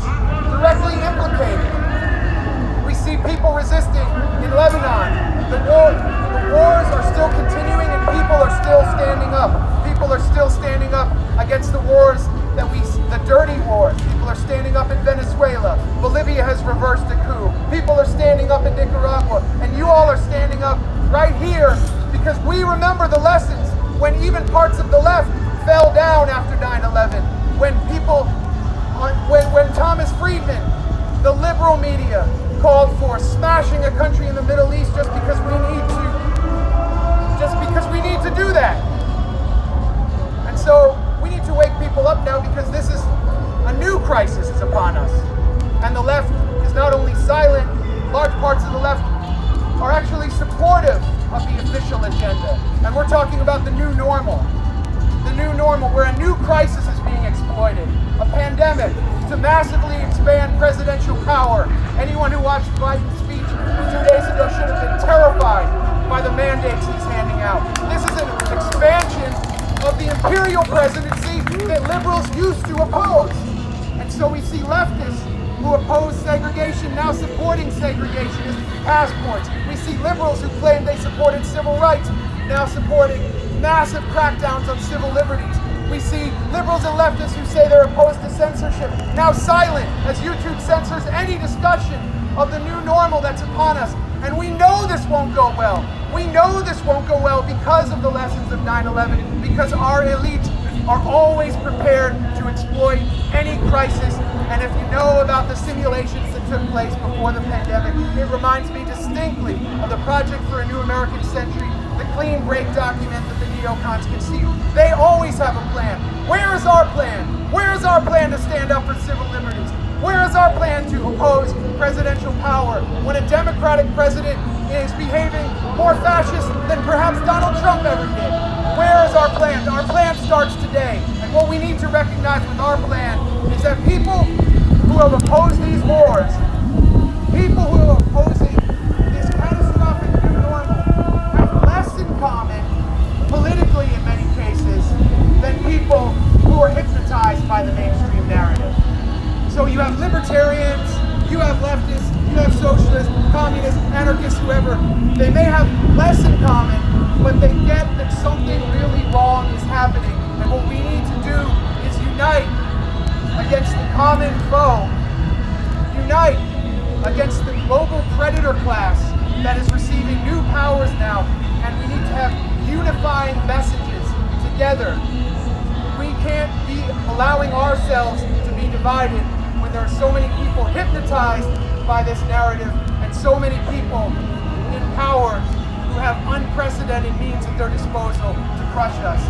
So thank you for being out here today. Thank you for staying united. I really love the message, end the damn wars. That's all we need to say right now because the war has come home. This is a class war on the people here. So let's keep fighting. Thank you.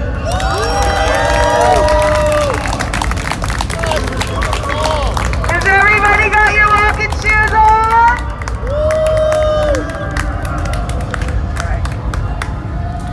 All right, everybody, we're just breaking down our little things and setting them aside. We're going to be leaving very shortly. We have a designated path. We're going to be in the street, marching with the truck. We're going to head down to Washington, D.C. Sorry, not Washington, D.C. We're going to head down to the White House. We're going to stand in front of the White House. We're going to scream at these warmongers, these murderers, these corrupt bastards. We're going to let them know we're here. We're going to call it a day. Thank you so much, and I'll call it when we're leaving. Woo!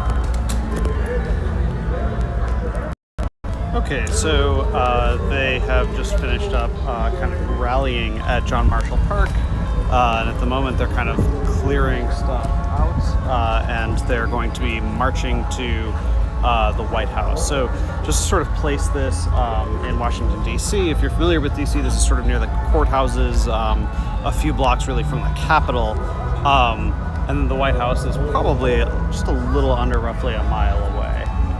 So my guess is that if they're at a normal walking pace, that the march itself would probably be about 20 minutes, and then, who knows exactly how long they'll stick around at the White House. But the kinds of themes of this event so far have basically been talking about, as they called it, end the damn wars. But the voices, I would say, were sort of a diverse range of, as I think I put in the caption of this, like libertarian to leftist. So Max Blumenthal of Gray Zone is, certainly more on the left-wing end of the spectrum, not of the anarchist flavor.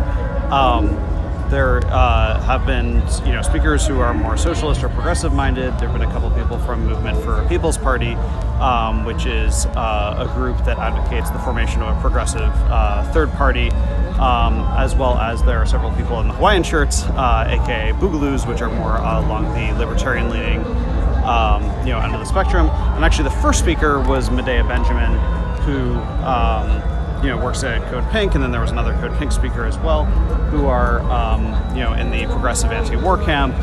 They tend to back a variety, but of basically Green Party as well as some progressive Democrats such as Bernie Sanders. So it's been an interesting mix of kind of mostly left and libertarian. I can't say I'm familiar with anybody here who's actually on like the right, so to speak, but I do see like a "Don't Tread on Me" cap. So for whatever it's worth, as well as a Communist Party T-shirt. So this might be the only event I've been at this year so far where I've seen a "Don't Tread on Me" with the snake and a Communist T-shirt on the same side. But with all of that being said, again, it seems that they're going to be marching to the White House fairly soon. So stay tuned. I'm going to continue streaming on here, and I believe we'll be able to keep this stream going. So the stream should essentially have everything from beginning to end.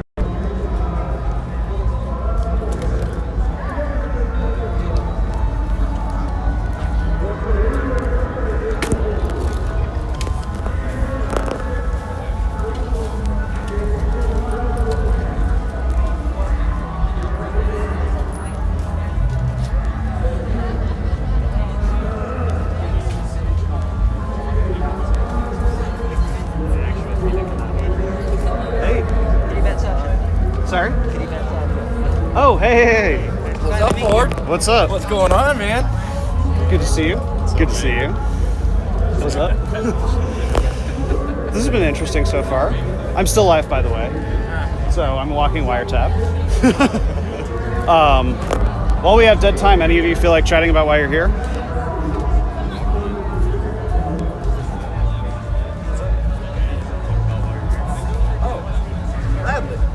right, Timothy Teagan. We're in support of ending the wars that we all know have gone on for far too long for pointless causes that have not just drained our people of trillions of dollars, thousands of lives, but has been draining us of our human spirit of compassion. It's been turning our love into hate, and it's our time to stand up. To sum it up simply, we're just tired of this mindless chaos that serves no one but those above and puts everyone below under the bus. So I've seen, there's one person out here actually with a Communist Party USA t-shirt, and I've also seen a Don't Tread on Me flag. What do you think of the sort of coalition that's out here? I'm loving the broad spectrum of people that are coming out here. We don't have to agree with point A, point B, point C when you have literally point Z stabbing you in the gut. We're here as just human beings, free people that wish to see a change that will affect everyone in our country. Left, right, middle, up, down. So I saw a skepticism on Twitter, or criticism, that said something to the effect of Boogaloo means like revolution or war or something, and this is an End the Damn Wars rally. And so they were claiming that there's some kind of inconsistency between the Boogaloo movement and this. How do you respond to that kind of person? I've been in the Boogaloo for a long time, did a lot more events than a decent amount of folk. And I'm here basically, I never want the Boogaloo war. I never want that revolution. I fear it. We're trying everything we can, honestly, to stop it. And we are afraid that if it must come down to a fight, that the good people will be out there. And we know that, that's why we put ourselves together, but it's not something we want. We're not trying to start a war. We just hope if it comes to it, we're the ones that will be able to finish it. What would that actually mean? Like in practice, what are you talking about? Freedom. It would break down to any government rule that is oppressing anyone's natural born unalienable rights. And we'll be free again. And I hope that it doesn't take a war to get to that point. I hope that we can use the courts, the systems, and everything at our disposal. Civil defiance, just coming together and uniting. I hope that will throw off that conflict. Thank you, I appreciate it. Anyone else have anything to add? We get stuck being the spokesman half the time anyway, so fair enough. Well, thank you for chatting. I'll back off so I don't continue being a wiretap as a live stream.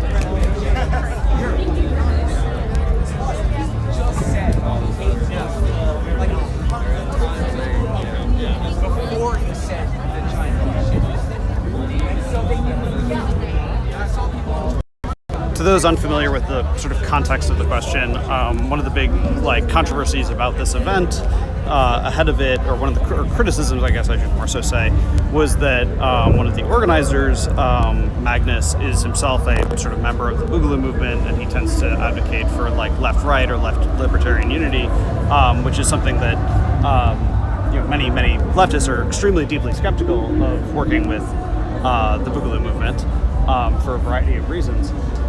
So that was not the organizer, but that was a relatively prominent face of the movement named Timothy Teagan.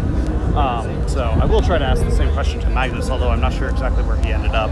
And I believe that he's organizing the march that's about to happen. So again, right now people are kind of on standby as they are waiting to march over to the White House. Given that there are a couple of MPD vehicles, I assume that they have a permit, or actually I know that they had a permit for here, so I'm assuming that they have a permitted march. What tends to happen at these things is that the police just end up with a car or two in front of and behind the route in order to block off other traffic so that they can keep the street. I assume that that's what's basically about to happen.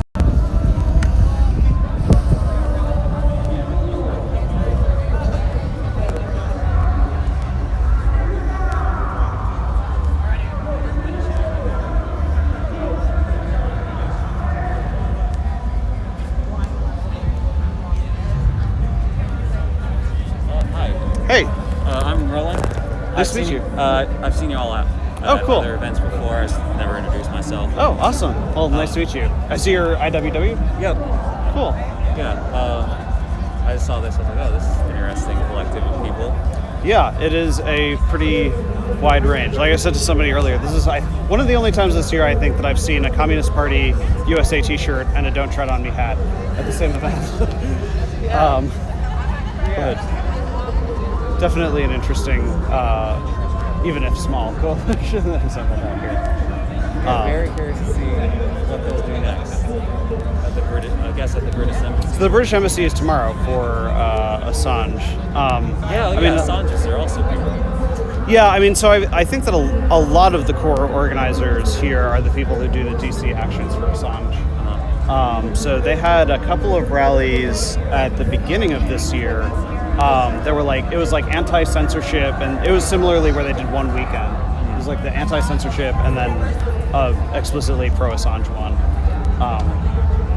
which ended up falling on the day that extradition was technically denied. So they like cut a cake, like a celebration cake in front of the DOJ.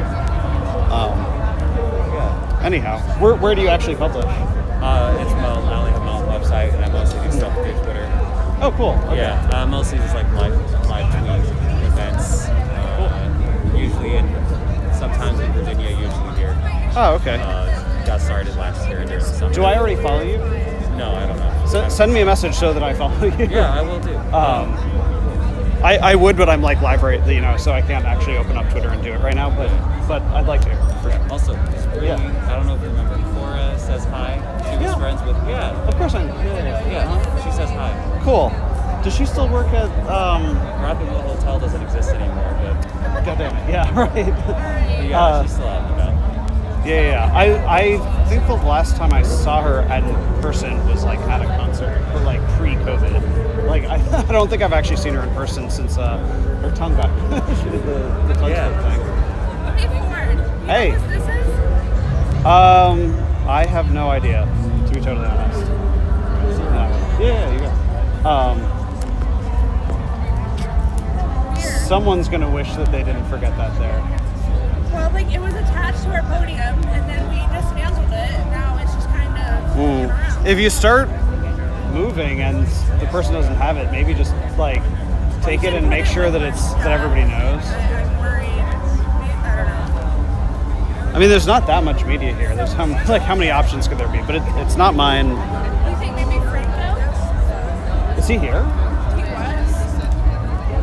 Would he have left without it? Does it have any kind of like barcode or anything on it? Like, There he is. He's over there hiding. Yeah, it's still recording. so what does it have anything? So yeah, sometimes people write like their info on the stuff, but yeah, I guess I would. He'd be someone to ask, yeah. Well, we'll hold on to it. If Yeah. we hear somebody looking for it. Right. Do you know how soon you're moving? We're trying to leave now. We just had to pick up all of our stuff because Magnus had people that were going to watch our stuff while we marched, and they're not here, so that was another unexpected. My car's here. Somebody left this, so we can go ahead and then. Yeah. Should I turn it off? It's still recording. What should we say? Say something weird. Whoever's thing this is, I hope that you hear this because that means we got it back to you.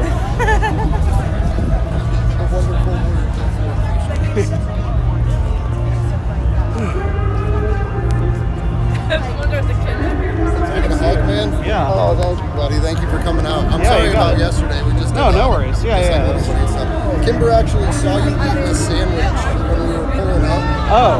But we had to like turn back around the block. She was like, Whatever. I just hung out. I was waiting to see if anybody, but it doesn't matter. I'm still live. If we're just waiting right now, do you want to talk about what came together here? Do you want to introduce yourself and talk about kind of the coalition that formed out here? Yeah, my name's Andrew Smith. I'm the co-founder and one of the organizers with Action for Assange. I was invited by the organizing team for End the Damn Wars to join in with their events, so I'm super grateful that I was able to help out and get this built with them. But the goal, as always, is to move towards not just a general strike, but a new civil rights movement. Because all of these issues, whether it's ending the wars, freeing Julian Assange, securing healthcare as a human right, the ability to have medical decisions and control of your own biological processes, privacy, and basically ending the effects of the intelligence community on our society are all core issues that interrelate, and one can't be tackled without the other. Because, for example, if Julian gets prosecuted and the U.S. says, no, you cannot publish information embarrassing to the federal government, you can no longer take a legal stand against most of the issues that we're all fighting to secure. So that's why I see ending the wars as such an important thing, because it's all interrelated. Julian wouldn't have had to have published the documentations revealing the crimes of war if there were no crimes of war to have been committed. My next big hope, honestly, is to be able to take on the Patriot Act, because that's a legislation that continually gets rolled and renewed, so there's no reason why we can't get on-the-ground action bill demanding that it just stops. So I appreciate Ford Fischer, I appreciate all the organizers that are out here. Franco from the MCSE network and Frank Analysis is out here with us, and a bunch of other media people that I have no idea who they are. So if you're someone that's watching at home but feels inspired to do anything, just do what you can with the time and money and resources that you have, because this is the opportunity and the time for us to change. Can you tell me about the coalition out here? I've heard people describe it sort of as a strength that there's a lot of different perspectives out here. I've also seen criticisms like online of like, oh, you guys are working with those guys, that sort of thing. What's your sort of perspective on the types of people you brought together? I'm an Assangeist. And the quote that I use to describe all of this is one that Julian gave in 2009 when he said, all political ideologies are bankrupt to a greater or lesser extent. So to me, I don't care who you are. I don't care what ist or ism that you're assigning yourself to or that others label on you regardless of if it's true or not, like in Magnus's case. The thing that we care about here in this moment is ending the wars. That's not a socialist issue, that's not a capitalist issue, that's not a libertarian issue, it's not a green issue, it's not a People's Party issue, it's not an independent issue. It is literally a principled stance of ending the wars. And if people come here and they find a libertarian and a Green Party candidate and an independent and an MPP member and then a complete anarchist all coming together for the exact same words, end the damn wars. We can do it for so many other things. We've done it for Julian Assange. Today was our very first event doing this, and we have 13 events around the United States, including this one, and we have about 6 international events as well. So this is the very, very start of the new era of the anti-war movement. So are you intending to keep this coalition doing events in the future? Yes, absolutely. We intend to keep growing. We do deorganized organizing. So, what does that mean? So decentralized, sorry. So we don't have, there's no leader. There's no one here that's barking orders to a dog that has to run and fill them, right? We have people around the country that said, yeah, I want to end the damn wars. My event's going to take place here, come join me.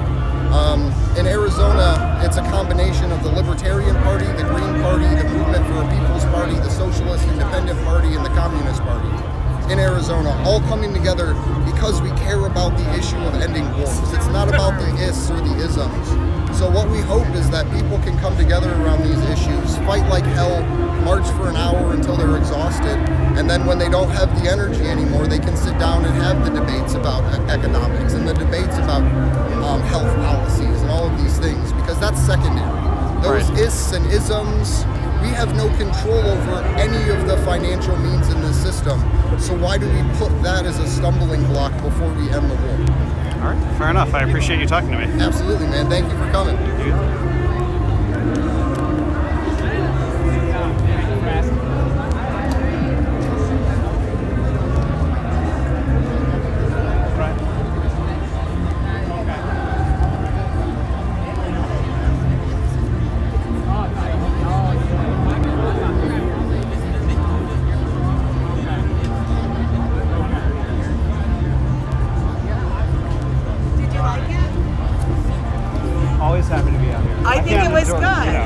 I'm still alive. I can't endorse nor condemn. Like I have to like be objective.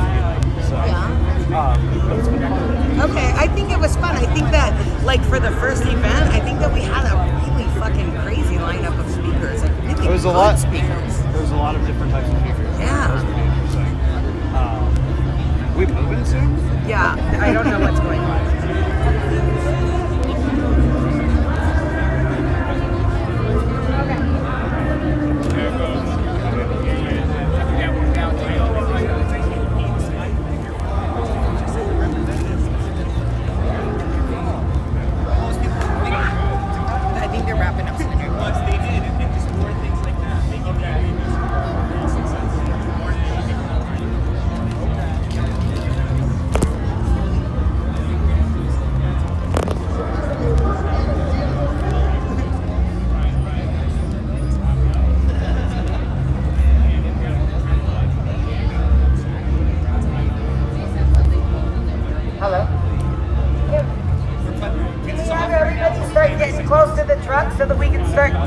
party to move?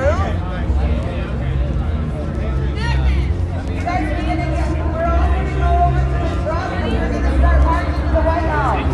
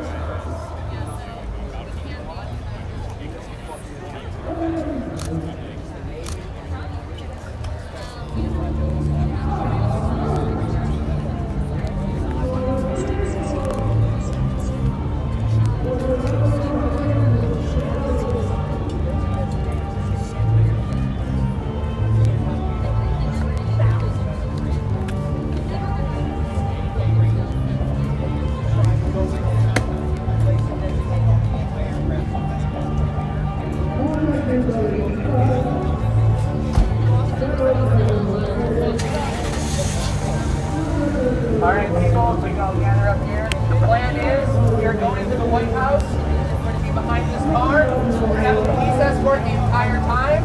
We're going to be in the streets. Keep all that in mind. Try to stick together.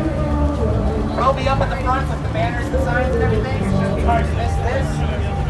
Many of you know coming in here today that DC is a bit of a madhouse right now. There's tons of roads blocked off and spontaneous things that may happen. Just kind of stick with us. We'll get to the White House. Everything will go great. We'll have no issues. Right? Right? Maybe? Possibly? One would hope. Yeah, I'll let you guys know when we're about to leave. We'll be a couple minutes tops. You know who runs Raw's Media? Yeah. Now I forget his actual first name, but I have met him in person. Is he here?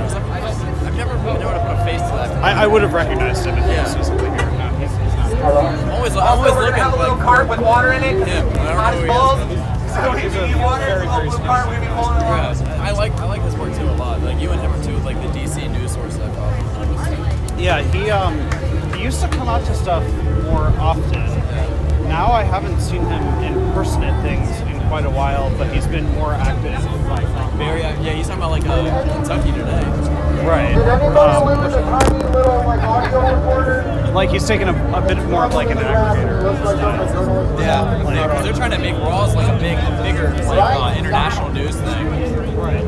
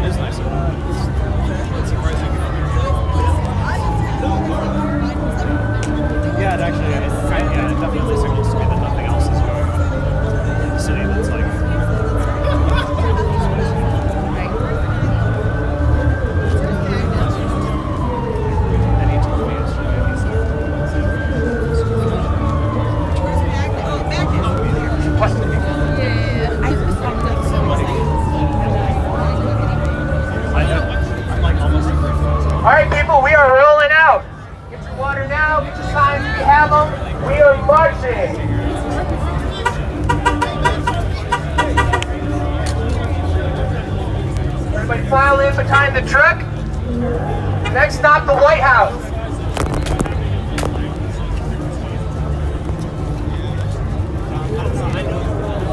We have extra signs up front if you want to sign. We still have signs left. Me too. Carry the.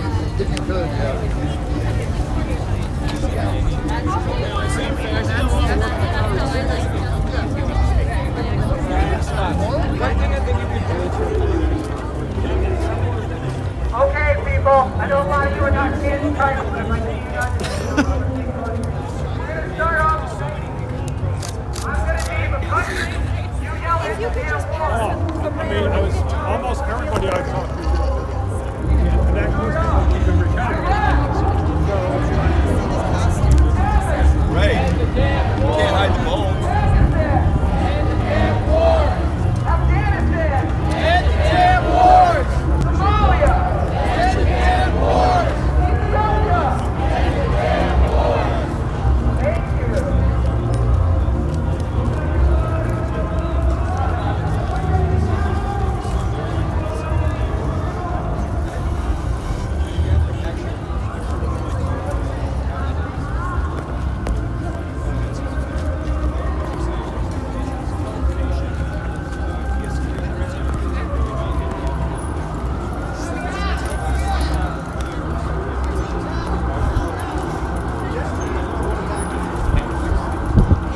Next up, this one's really easy. You all got it on signs.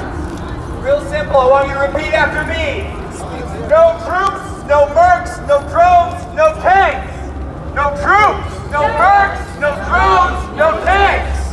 No troops, no mercs, no drones, no tanks.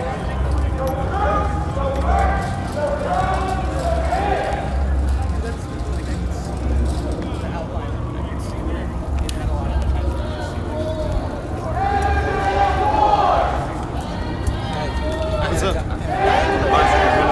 I'm here to support this. I said, oh, really? Yeah. She goes, really? That guy here's one of the Boogaloo Boys, isn't he? I said, I don't know. What is that? And he's like, well, I'm not supporting this. I said, Boogaloo Boys. Yeah, I'm leading. And he turned around. That just happened?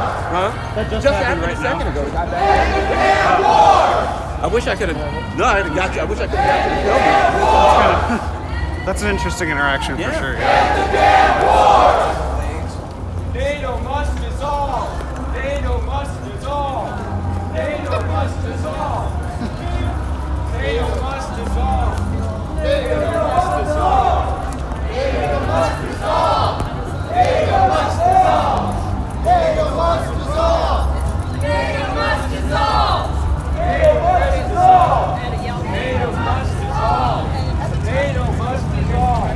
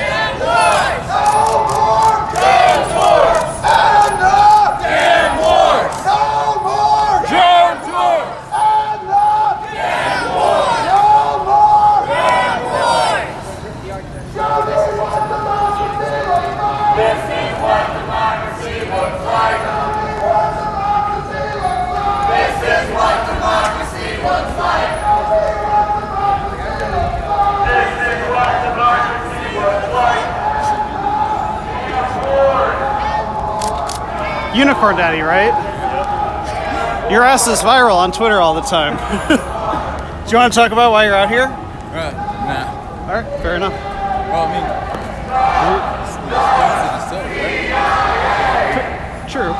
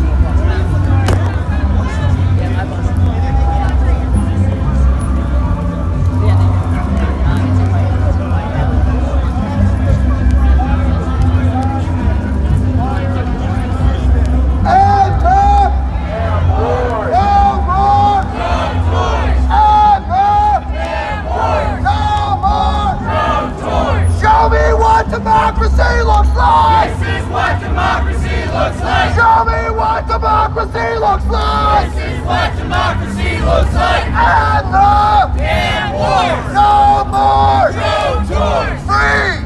Free! Julian Assange! Free! Free! Julian Assange! What was the decision? No extradition! What was the decision? No extradition! And the damn wars! No more drone tours! Okay, so this next building on our left is the Department of Justice. The building on the right on the next block's the FBI. Fuck the FBI! What do we say to the FBI? Fuck the FBI! What do we say to the FBI? Fuck the FBI!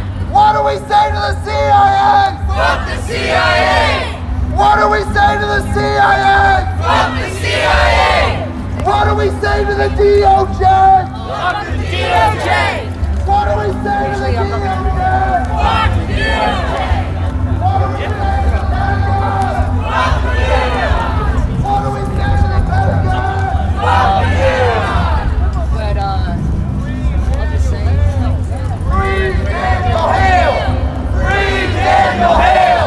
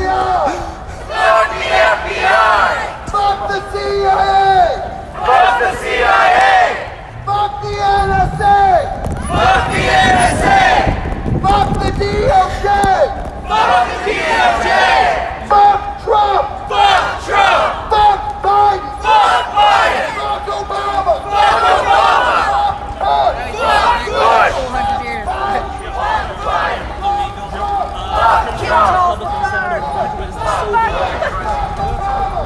Obama! Show me what democracy looks like! This is what democracy looks like! Show me what democracy looks like! This is what democracy looks like! And the damn war! No more! Drone tours! And the damn war! No more! Drone tours! Free Edward Snowden! Free Edward Snowden! Free Edward Snowden! Free Edward Snowden! Free Edward Snowden! Free Julian Assange! Free Julian Assange! Jail war criminals! Jail war criminals! Free Julian Assange! Free Julian Assange! Jail war criminals! Jail war criminals! What do we want? What do we want? Now! What do we want? End the war! What do we want? Now!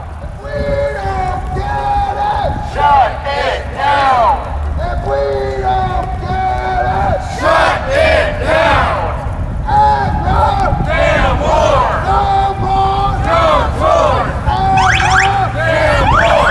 no more! Drone tours! Show me what democracy looks like! This is what democracy looks like! Show me what democracy looks like! This is what democracy looks like!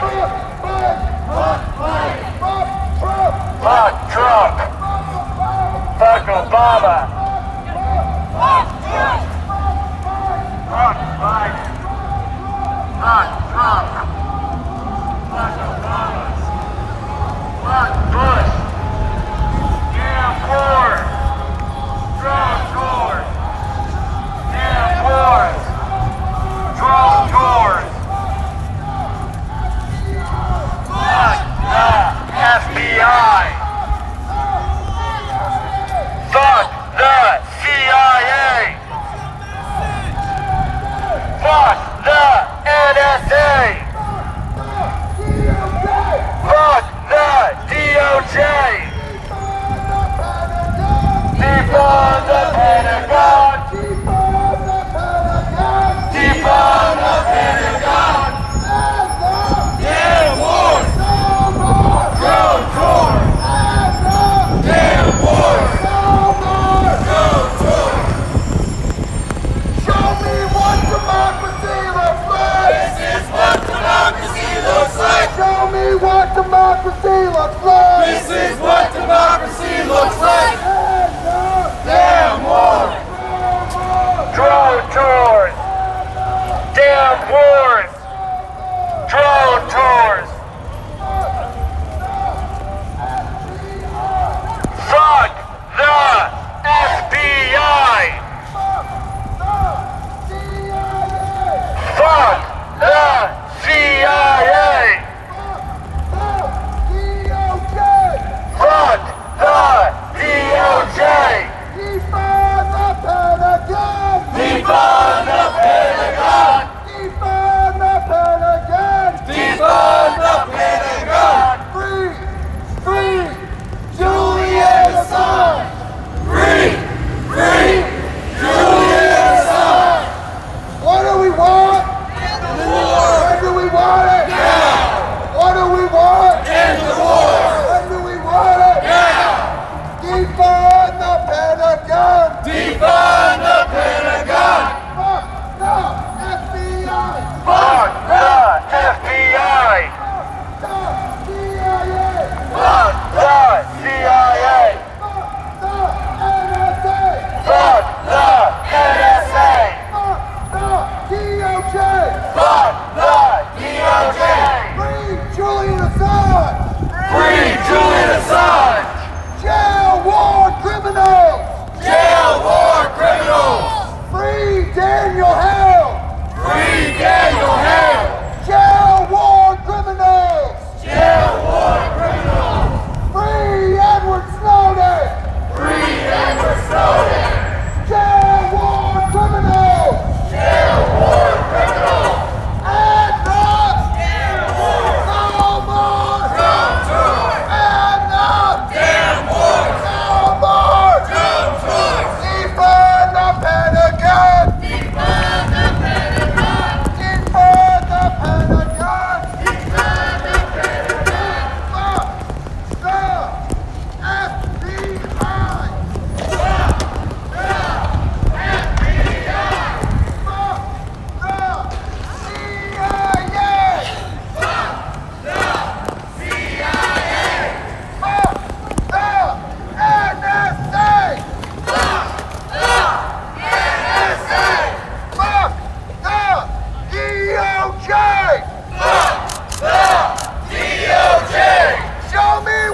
democracy looks like. This is what democracy looks like. Show me what democracy looks like. This is what democracy looks like. Defund the Pentagon. Defund the Pentagon. Defund the Pentagon. Hey, stop. No more drone tours. And the damn wars. No more drone tours. And the damn wars. No more drone tours. And the damn wars. No more drone tours. Defund the Pentagon. Defund the Pentagon. I'd say slightly. Defund the Pentagon. If I had to, I would go 75 if I was like trying to play FBI. outside. Fuck the FBI. Fuck the CIA. Fuck the CIA. Happy wedding day.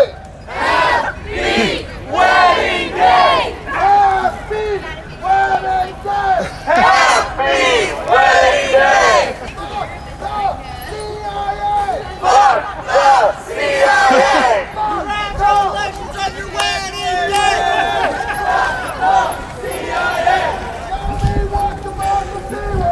This is what democracy looks like. This is what democracy looks like. Damn board. Damn board. Damn board. Did you get your shot of Damn board.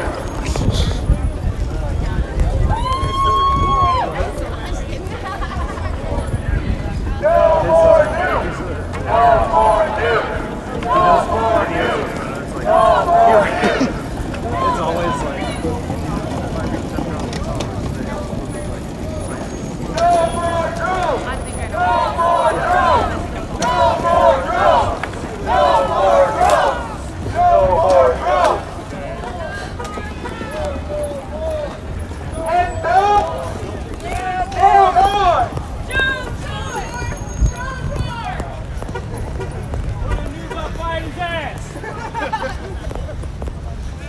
No troops, no drones, no mercs, no tanks. No troops, no drones, no mercs, no tanks. No troops, no drones, no mercs, no tanks. No troops, no drones, no mercs, no tanks.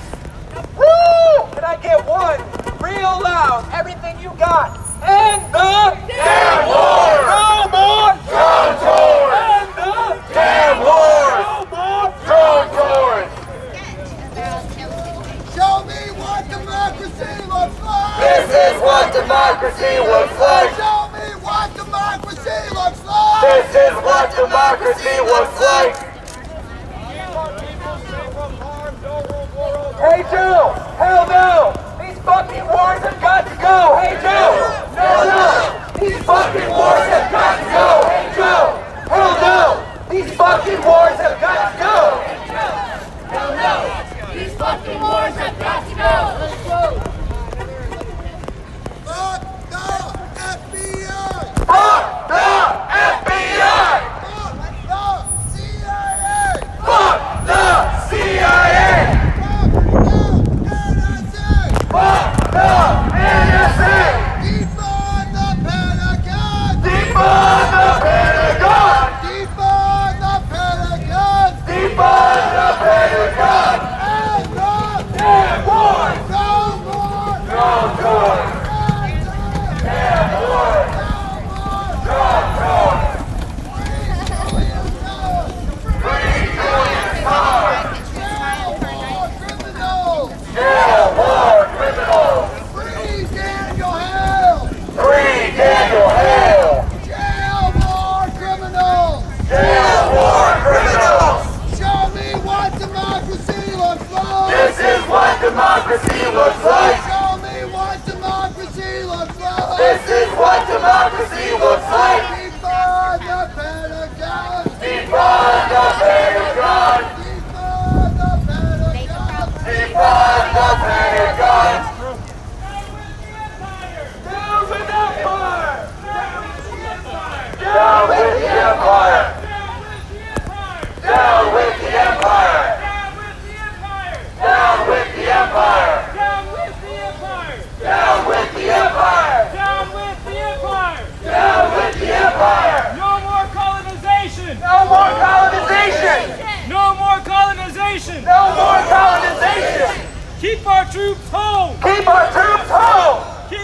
troops home! Keep our troops home! Keep our troops home! Keep our troops home! Deploy Biden! Deploy Biden! Deploy Biden! Deploy Biden! Deploy Trump! Deploy Trump! Deploy Trump! Deploy Trump! Deploy Obama! Deploy Obama! Deploy Obama! Deploy Obama! Deploy Bush! Bush! Down with the Empire! Down with the Empire! That was a fun. Wars! Drone tours! Damn wars! Drone tours! Damn wars! Drone tours! Show me what democracy looks like! This is what democracy looks like! Show me what democracy looks like! This is what democracy looks like! And the damn wars! No more drone tours! Fuck the FBI! Fuck the FBI! Fuck the DOJ! Fuck the DOJ! Fuck the CIA! Fuck the CIA! Defund the Pentagon! Defund the Pentagon! Defund the Pentagon! Defund the Pentagon! Free! Free!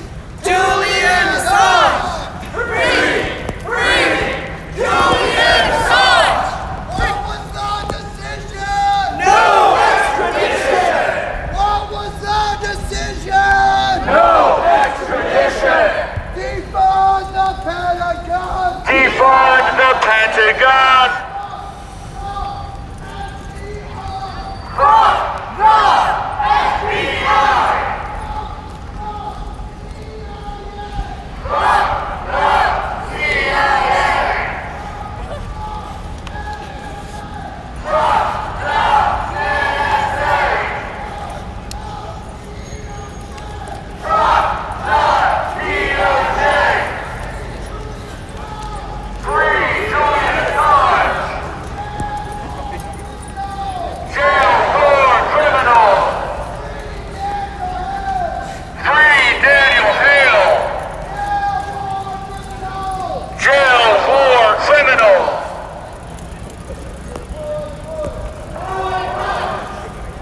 Fuck Joe Biden! Fuck Joe Biden! Fuck Donald Trump! Fuck Donald Trump! Fuck Barack Obama! Fuck Barack Obama! Fuck George Bush! Fuck George Bush! Fuck Joe Biden! Fuck Joe Biden! Fuck Donald Trump! Fuck Donald Trump! Fuck Barack Obama! Fuck Barack Obama! Fuck George Bush! Fuck George Bush! 1, 2, 3, 4, we don't want your fucking war! 1, 2, 3, 4, we don't want your fucking war!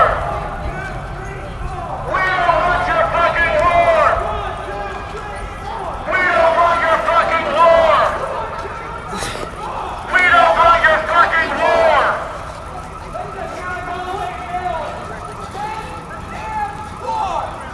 And the damn wars! And the damn wars! And the damn wars! And the damn wars! Waters of $1, waters $1. Deploy the bushes! Cold waters $1, waters $1. Soda guys, Gatorade, $1. Stop the endless wars! Stop the endless wars! $1, Can you make change? Yeah. Can I just get a water? Down with the Empire! Cold waters $1.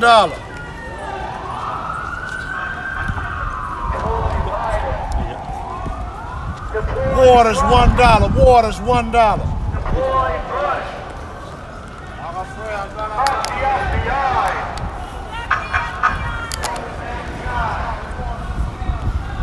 Fuck the FBI! Fuck them in the eye! Fuck the NSA! Fuck the FBI!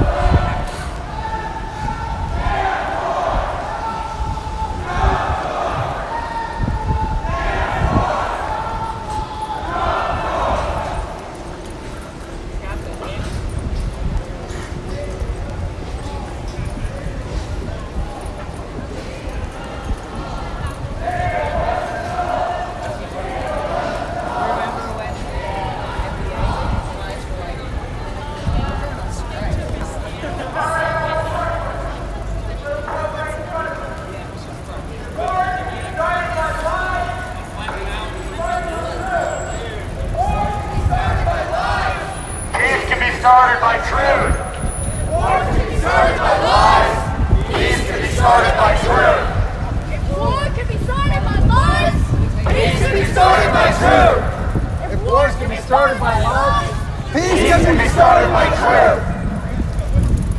Show me what democracy looks like. Show me what democracy looks like. Show me what democracy looks like. This is what democracy looks like. And the damn Lord. No more. Drone tours. And the damn Lord. No more. Drone tours. Defund the Pentagon. Defund the Pentagon. Defund the Pentagon. Fuck the FBI. Fuck the CIA. Fuck the NSA. Defund the Pentagon. Defund the Pentagon. This is what democracy looks like. This is what democracy looks like. Damn wars. Drone tours. Damn wars. Drone tours. Damn wars. Drone tours. Damn wars. Drone tours. Damn wars. Drone tours. Defund the Pentagon. Defund the Pentagon. Defund the Pentagon. Defund the Pentagon. Ladies and gentlemen, we are at Lafayette Park. We're going to go left right here. See up on this little sidewalk right here. This is where we're going to be doing our next little thing.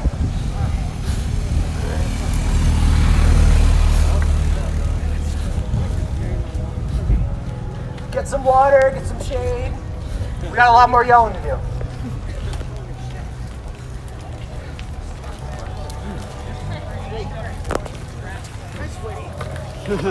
Are you going into the park? Not?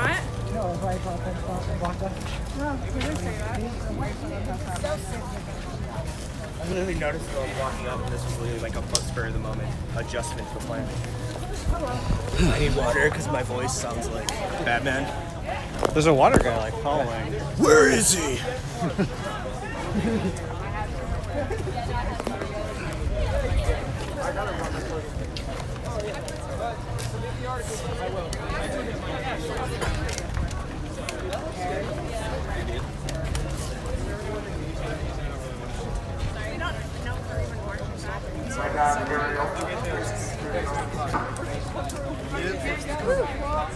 Oh, there's shit to skate everywhere. No, I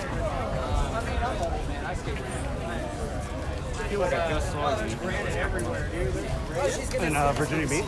Yeah, Virginia Beach. And, I can't, but I'm yeah. That was a fun event. So. It was. Very enjoyable. I heard Virginia Beach is the world record. I have someone more informed than me, but I believe they just like canceled like this. Like they made like a local ordinance or something. Okay. No, I have to look into it. I didn't know. That's how it works. You just have to call me.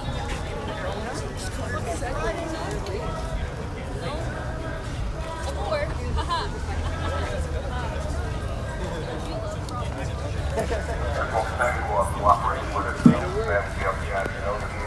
Anybody know what the next step for the market is back? So that when No, we're done. We're done. Yeah, we're. No, we're not going to be marching back to the collective, but we're probably going to walk on sidewalk.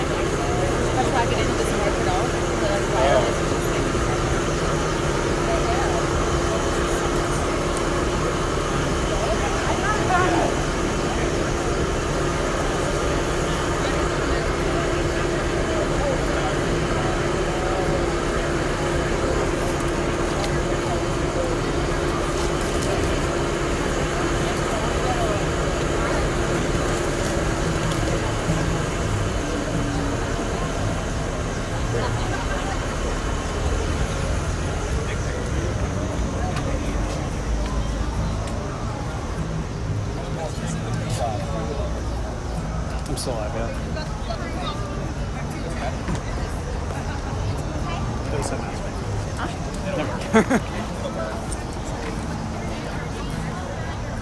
What? Oh. As a name. Oh, yeah.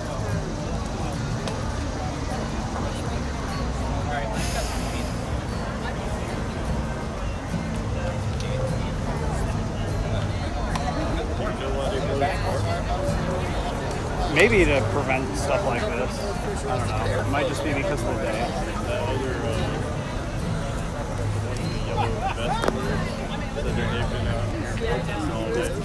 Oh.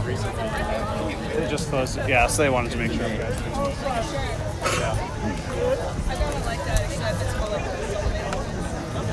Very scary sidewalk occupiers. Very scary sidewalk occupiers.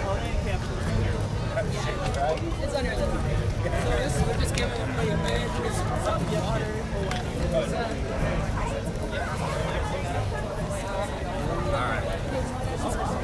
Sorry. Oh. When did you quit?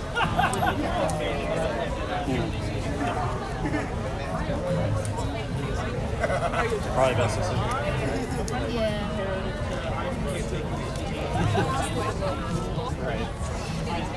You get one of those like B12 babes or something. To have something. Just eat that first. Or just be in the nicotine mouse. Did you get any Oh, water? like literally. Some over there? Yeah. Extinguishing 5 minutes. Right, right, and then you like, So that feels good. lungs collapse. These chants you can throw the Franklin scandal.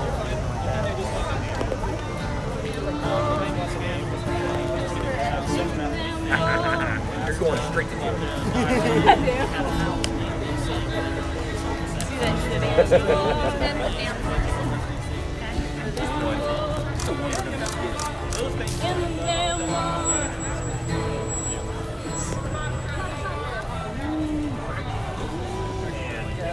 Assuming you're protesting to him. Yes.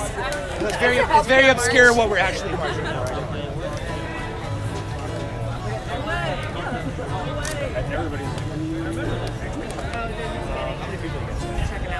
Last I counted, we were at 55. We had to send a couple more since then, so 50-ish. No civil disobedience? Nope, we're actually done. You're a good kid. This is it. We're taking up for loitering. My Batman voice. The wall, I just got rid of all. The alley.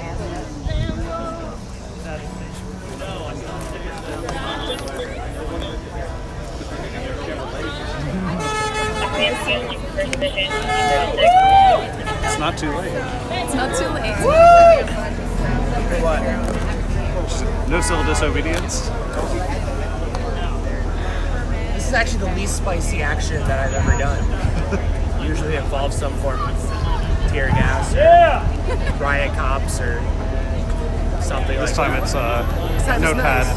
Because you don't fuck around in DC. Especially here. No, they're a little sensitive about that right Apparently now. there's like 200 riot cops just chilling at the Senate building for no reason. There's nobody there. There's no protest. There's just like a bunch of riot cops just like loitering. It's a significant day, a week ahead of a day that they think things are going to happen. I feel like they're just a little. I'm really glad that I'm gonna be long out of here when all the Riper dorks and Fuentes and Proud Girls and all them show up. Don't want anything to do with that. Yeah, he'll be driving around. While we have sort of a break time, do you want to talk about what this event is? Absolutely. Wait. Wait for Scooter. Yes. Good. What's going on here? Yeah, so we just concluded the End the Damn Wars March. It's a post-partisan unity march to end the over 12 military operations, occupations, drone strikes all across the country, the 83 military bases all across the country, the environmental destruction from our military, the collapse of indigenous cultures from our military, the death of our service members, and the absolute destruction of our economy from these pointless imperialistic wars that nobody asked for. Can you tell me about the kind of coalition aspect? Who's out here? Who's invited to be out here? Yeah, so we have members of the Libertarian Party, we have members of the People's Party, we had Max Blumenthal, we had Garland Nixon, with the ACLU, I guess formerly of the ACLU now, because he just announced his recognition. We have conservative. We have a bunch of conservatives here. We have a bunch of anarchist groups. A couple of local Communist Party people came from Michigan with me. The type of people you've seen on Ford Stream that always run around with me, the little Unity Coalition group. And yeah, we all got together and did this thing. So. There have been criticisms, in case you haven't noticed. No way! It might be news to you that some people are upset about this event. I wanted to ask you about, there's a criticism that I've seen that says something like, Boogaloos are, in favor of or preparing for some kind of revolution, which is like a type of war. So is there a contradiction implied by being a Boogaloo at an end of damn wars rally? Yeah, it's kind of similar to how people criticize preppers. They're like, oh, you're convinced the apocalypse is happening, when some people just do that. It's the same thing with the Boogaloo movement. It's like, we see what's going on in the country. I mean, there was a gunfight in Portland between Proud Boys and anti-fascists. Everything's going crazy. Joe Biden with the vaccine mandates, everything that's going on in Afghanistan, the Trump debacle and all of that.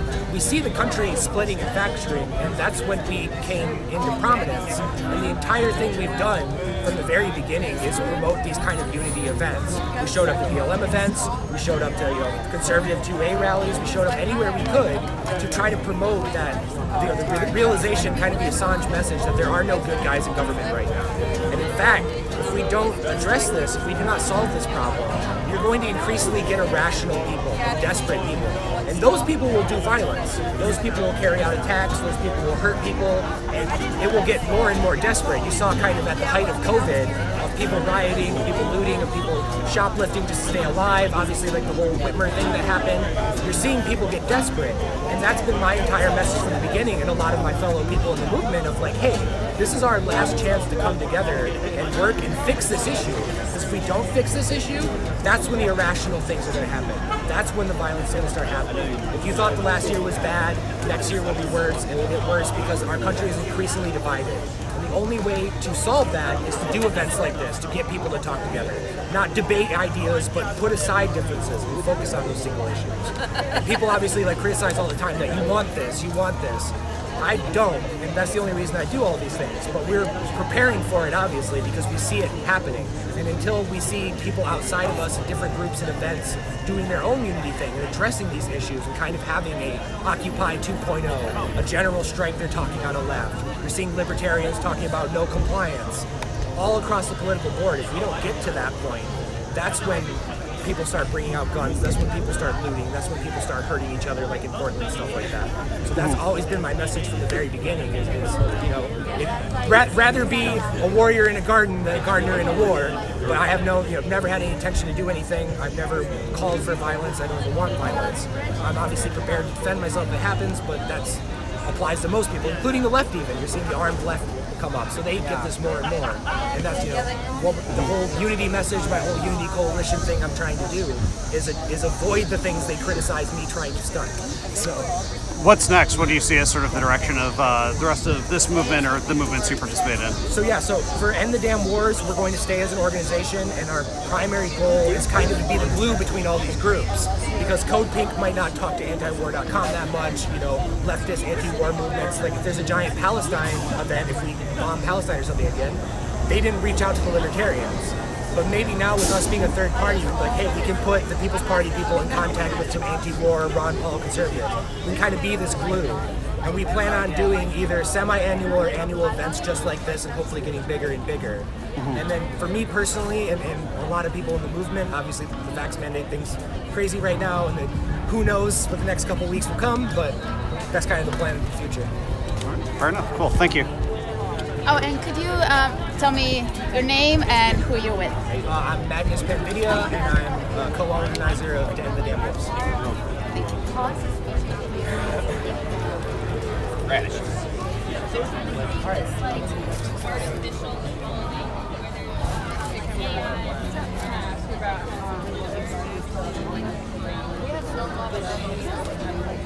Okay, and then after that, I'm gonna close this out. It'll be like. So I'm here with Kinder, one of the co-organizers of the event. I just wanted to ask you what inspired you to organize this event and what your goal was with organizing this event. So we're used to organizing smaller Assange actions, and we've been working with people across the party lines for a while, but we were realizing while we were organizing that there's like this huge gap between our message of ending the prosecution of whistleblowers, journalists, and activists, and with what's going on with the wars in our intelligence agencies. And I wasn't really thinking like I would have to be the person to do this or anything like that. It was that we were just interested, like maybe somebody should start something for September 11th. So it's just a couple of us. We had a discussion, like, hey, this sounds like a good idea. And then we found out that a lot of people thought it was a good idea. So they decided to do actions in their states and their cities, and then it just kind of took on a life of its own. So now we have somewhat of a little baby anti-war movement that we're trying to grow. But with everything that had happened with Joe Biden saying he was going to pull out of Afghanistan by September 11th, and with everything going on in Palestine, and it's just never ending. So it's like 20 years, it's been long enough. We need to make sure that something's happening, even if it's just like a couple of us. We can't just sit and let the 20th anniversary of 9/11 roll around and not do anything. So. Thank you, I appreciate you guys organizing this event. It's pretty cool. Thanks for coming out. Check. Okay, everybody. I'm gonna give a little couple closing remarks. We're gonna thank everybody that came up. We're gonna get out of here. A couple months ago, I would have never imagined to see this massive, diverse group of people shutting down the streets of DC and yelling "fuck the FBI" in front of the FBI headquarters. It's beautiful. It's amazing. And like I said at the park, I hope you saw what you did here and you take it home with you. You reach out to your local Green Party. You reach out to your local Libertarian Party. You reach out to the People's Party. You reach out to everyone around you, your local organizations. If there isn't an anti-war movement, you start an anti-war movement. That's all that happened here. Me, Kimber, Andrew, and maybe 3 other people sat in a room and said, there should be an anti-war movement. And here we are. That's the power you can do. That's the power you can have. We want to replicate this. We want you to take this home. We want to build this. We want the 2006 anti-war movement back. We want it post-partisan. We want it aggressive. We want to demand end to these wars that have been going on my entire life. So I want to thank all of you for coming out. I want to thank the People's Party people and Nick Brana and everybody for coming out. Max Blumenthal, Garland Nixon, Scott Horton with the LP. Everyone who's come out, everyone who has spoken, you're amazing, you're beautiful. See you later, Scott. Y'all have a wonderful day. One more before we leave. On 3, end the damn wars. 1, 2, 3. End the damn wars! Woo! It's fun, right? Yeah. Oh my God. Good job, Magnus. Good job, Kimber. Good job, Andrew. Okay, so it looks like that's kind of a wrap for the event. I'll probably stay here for a bit more just in case anything else does end up happening, sort of by surprise, but otherwise I will have some HD footage up, some speech highlights, things like that later today. Like, share, subscribe, check out the News to Share Patreon. And I would say that so tomorrow at least a couple more actions. They have, or many of the same people in the coalition are having an event tomorrow for Julian Assange at the British Embassy. And to those who don't know, that's relevant to them because Britain is currently where Assange is being held, and so the decision of whether to extradite him to the United States is currently in Britain's hands, or the hands of British judges, as well as Code Pink, who also spoke here, which is a progressive anti-war organization, is planning to do a Cut the Pentagon Cake event tomorrow, where they're going to have a cake the shape of the Pentagon, and they're going to slice it up and eat it. Further, on Monday, there is going to be a protest at the home of Brett Kavanaugh over abortion access. And so those are sort of the events that I have planned for the next couple of days. And that's interesting. It looks like they actually just opened up the park, so I wonder if people are going to start moving there. But anyway, I'm going to cut the live feed here, but I will go live and or just keep filming if anything else does happen. So thanks for watching. Like, share, subscribe, check out the News to Share Patreon, all that good stuff.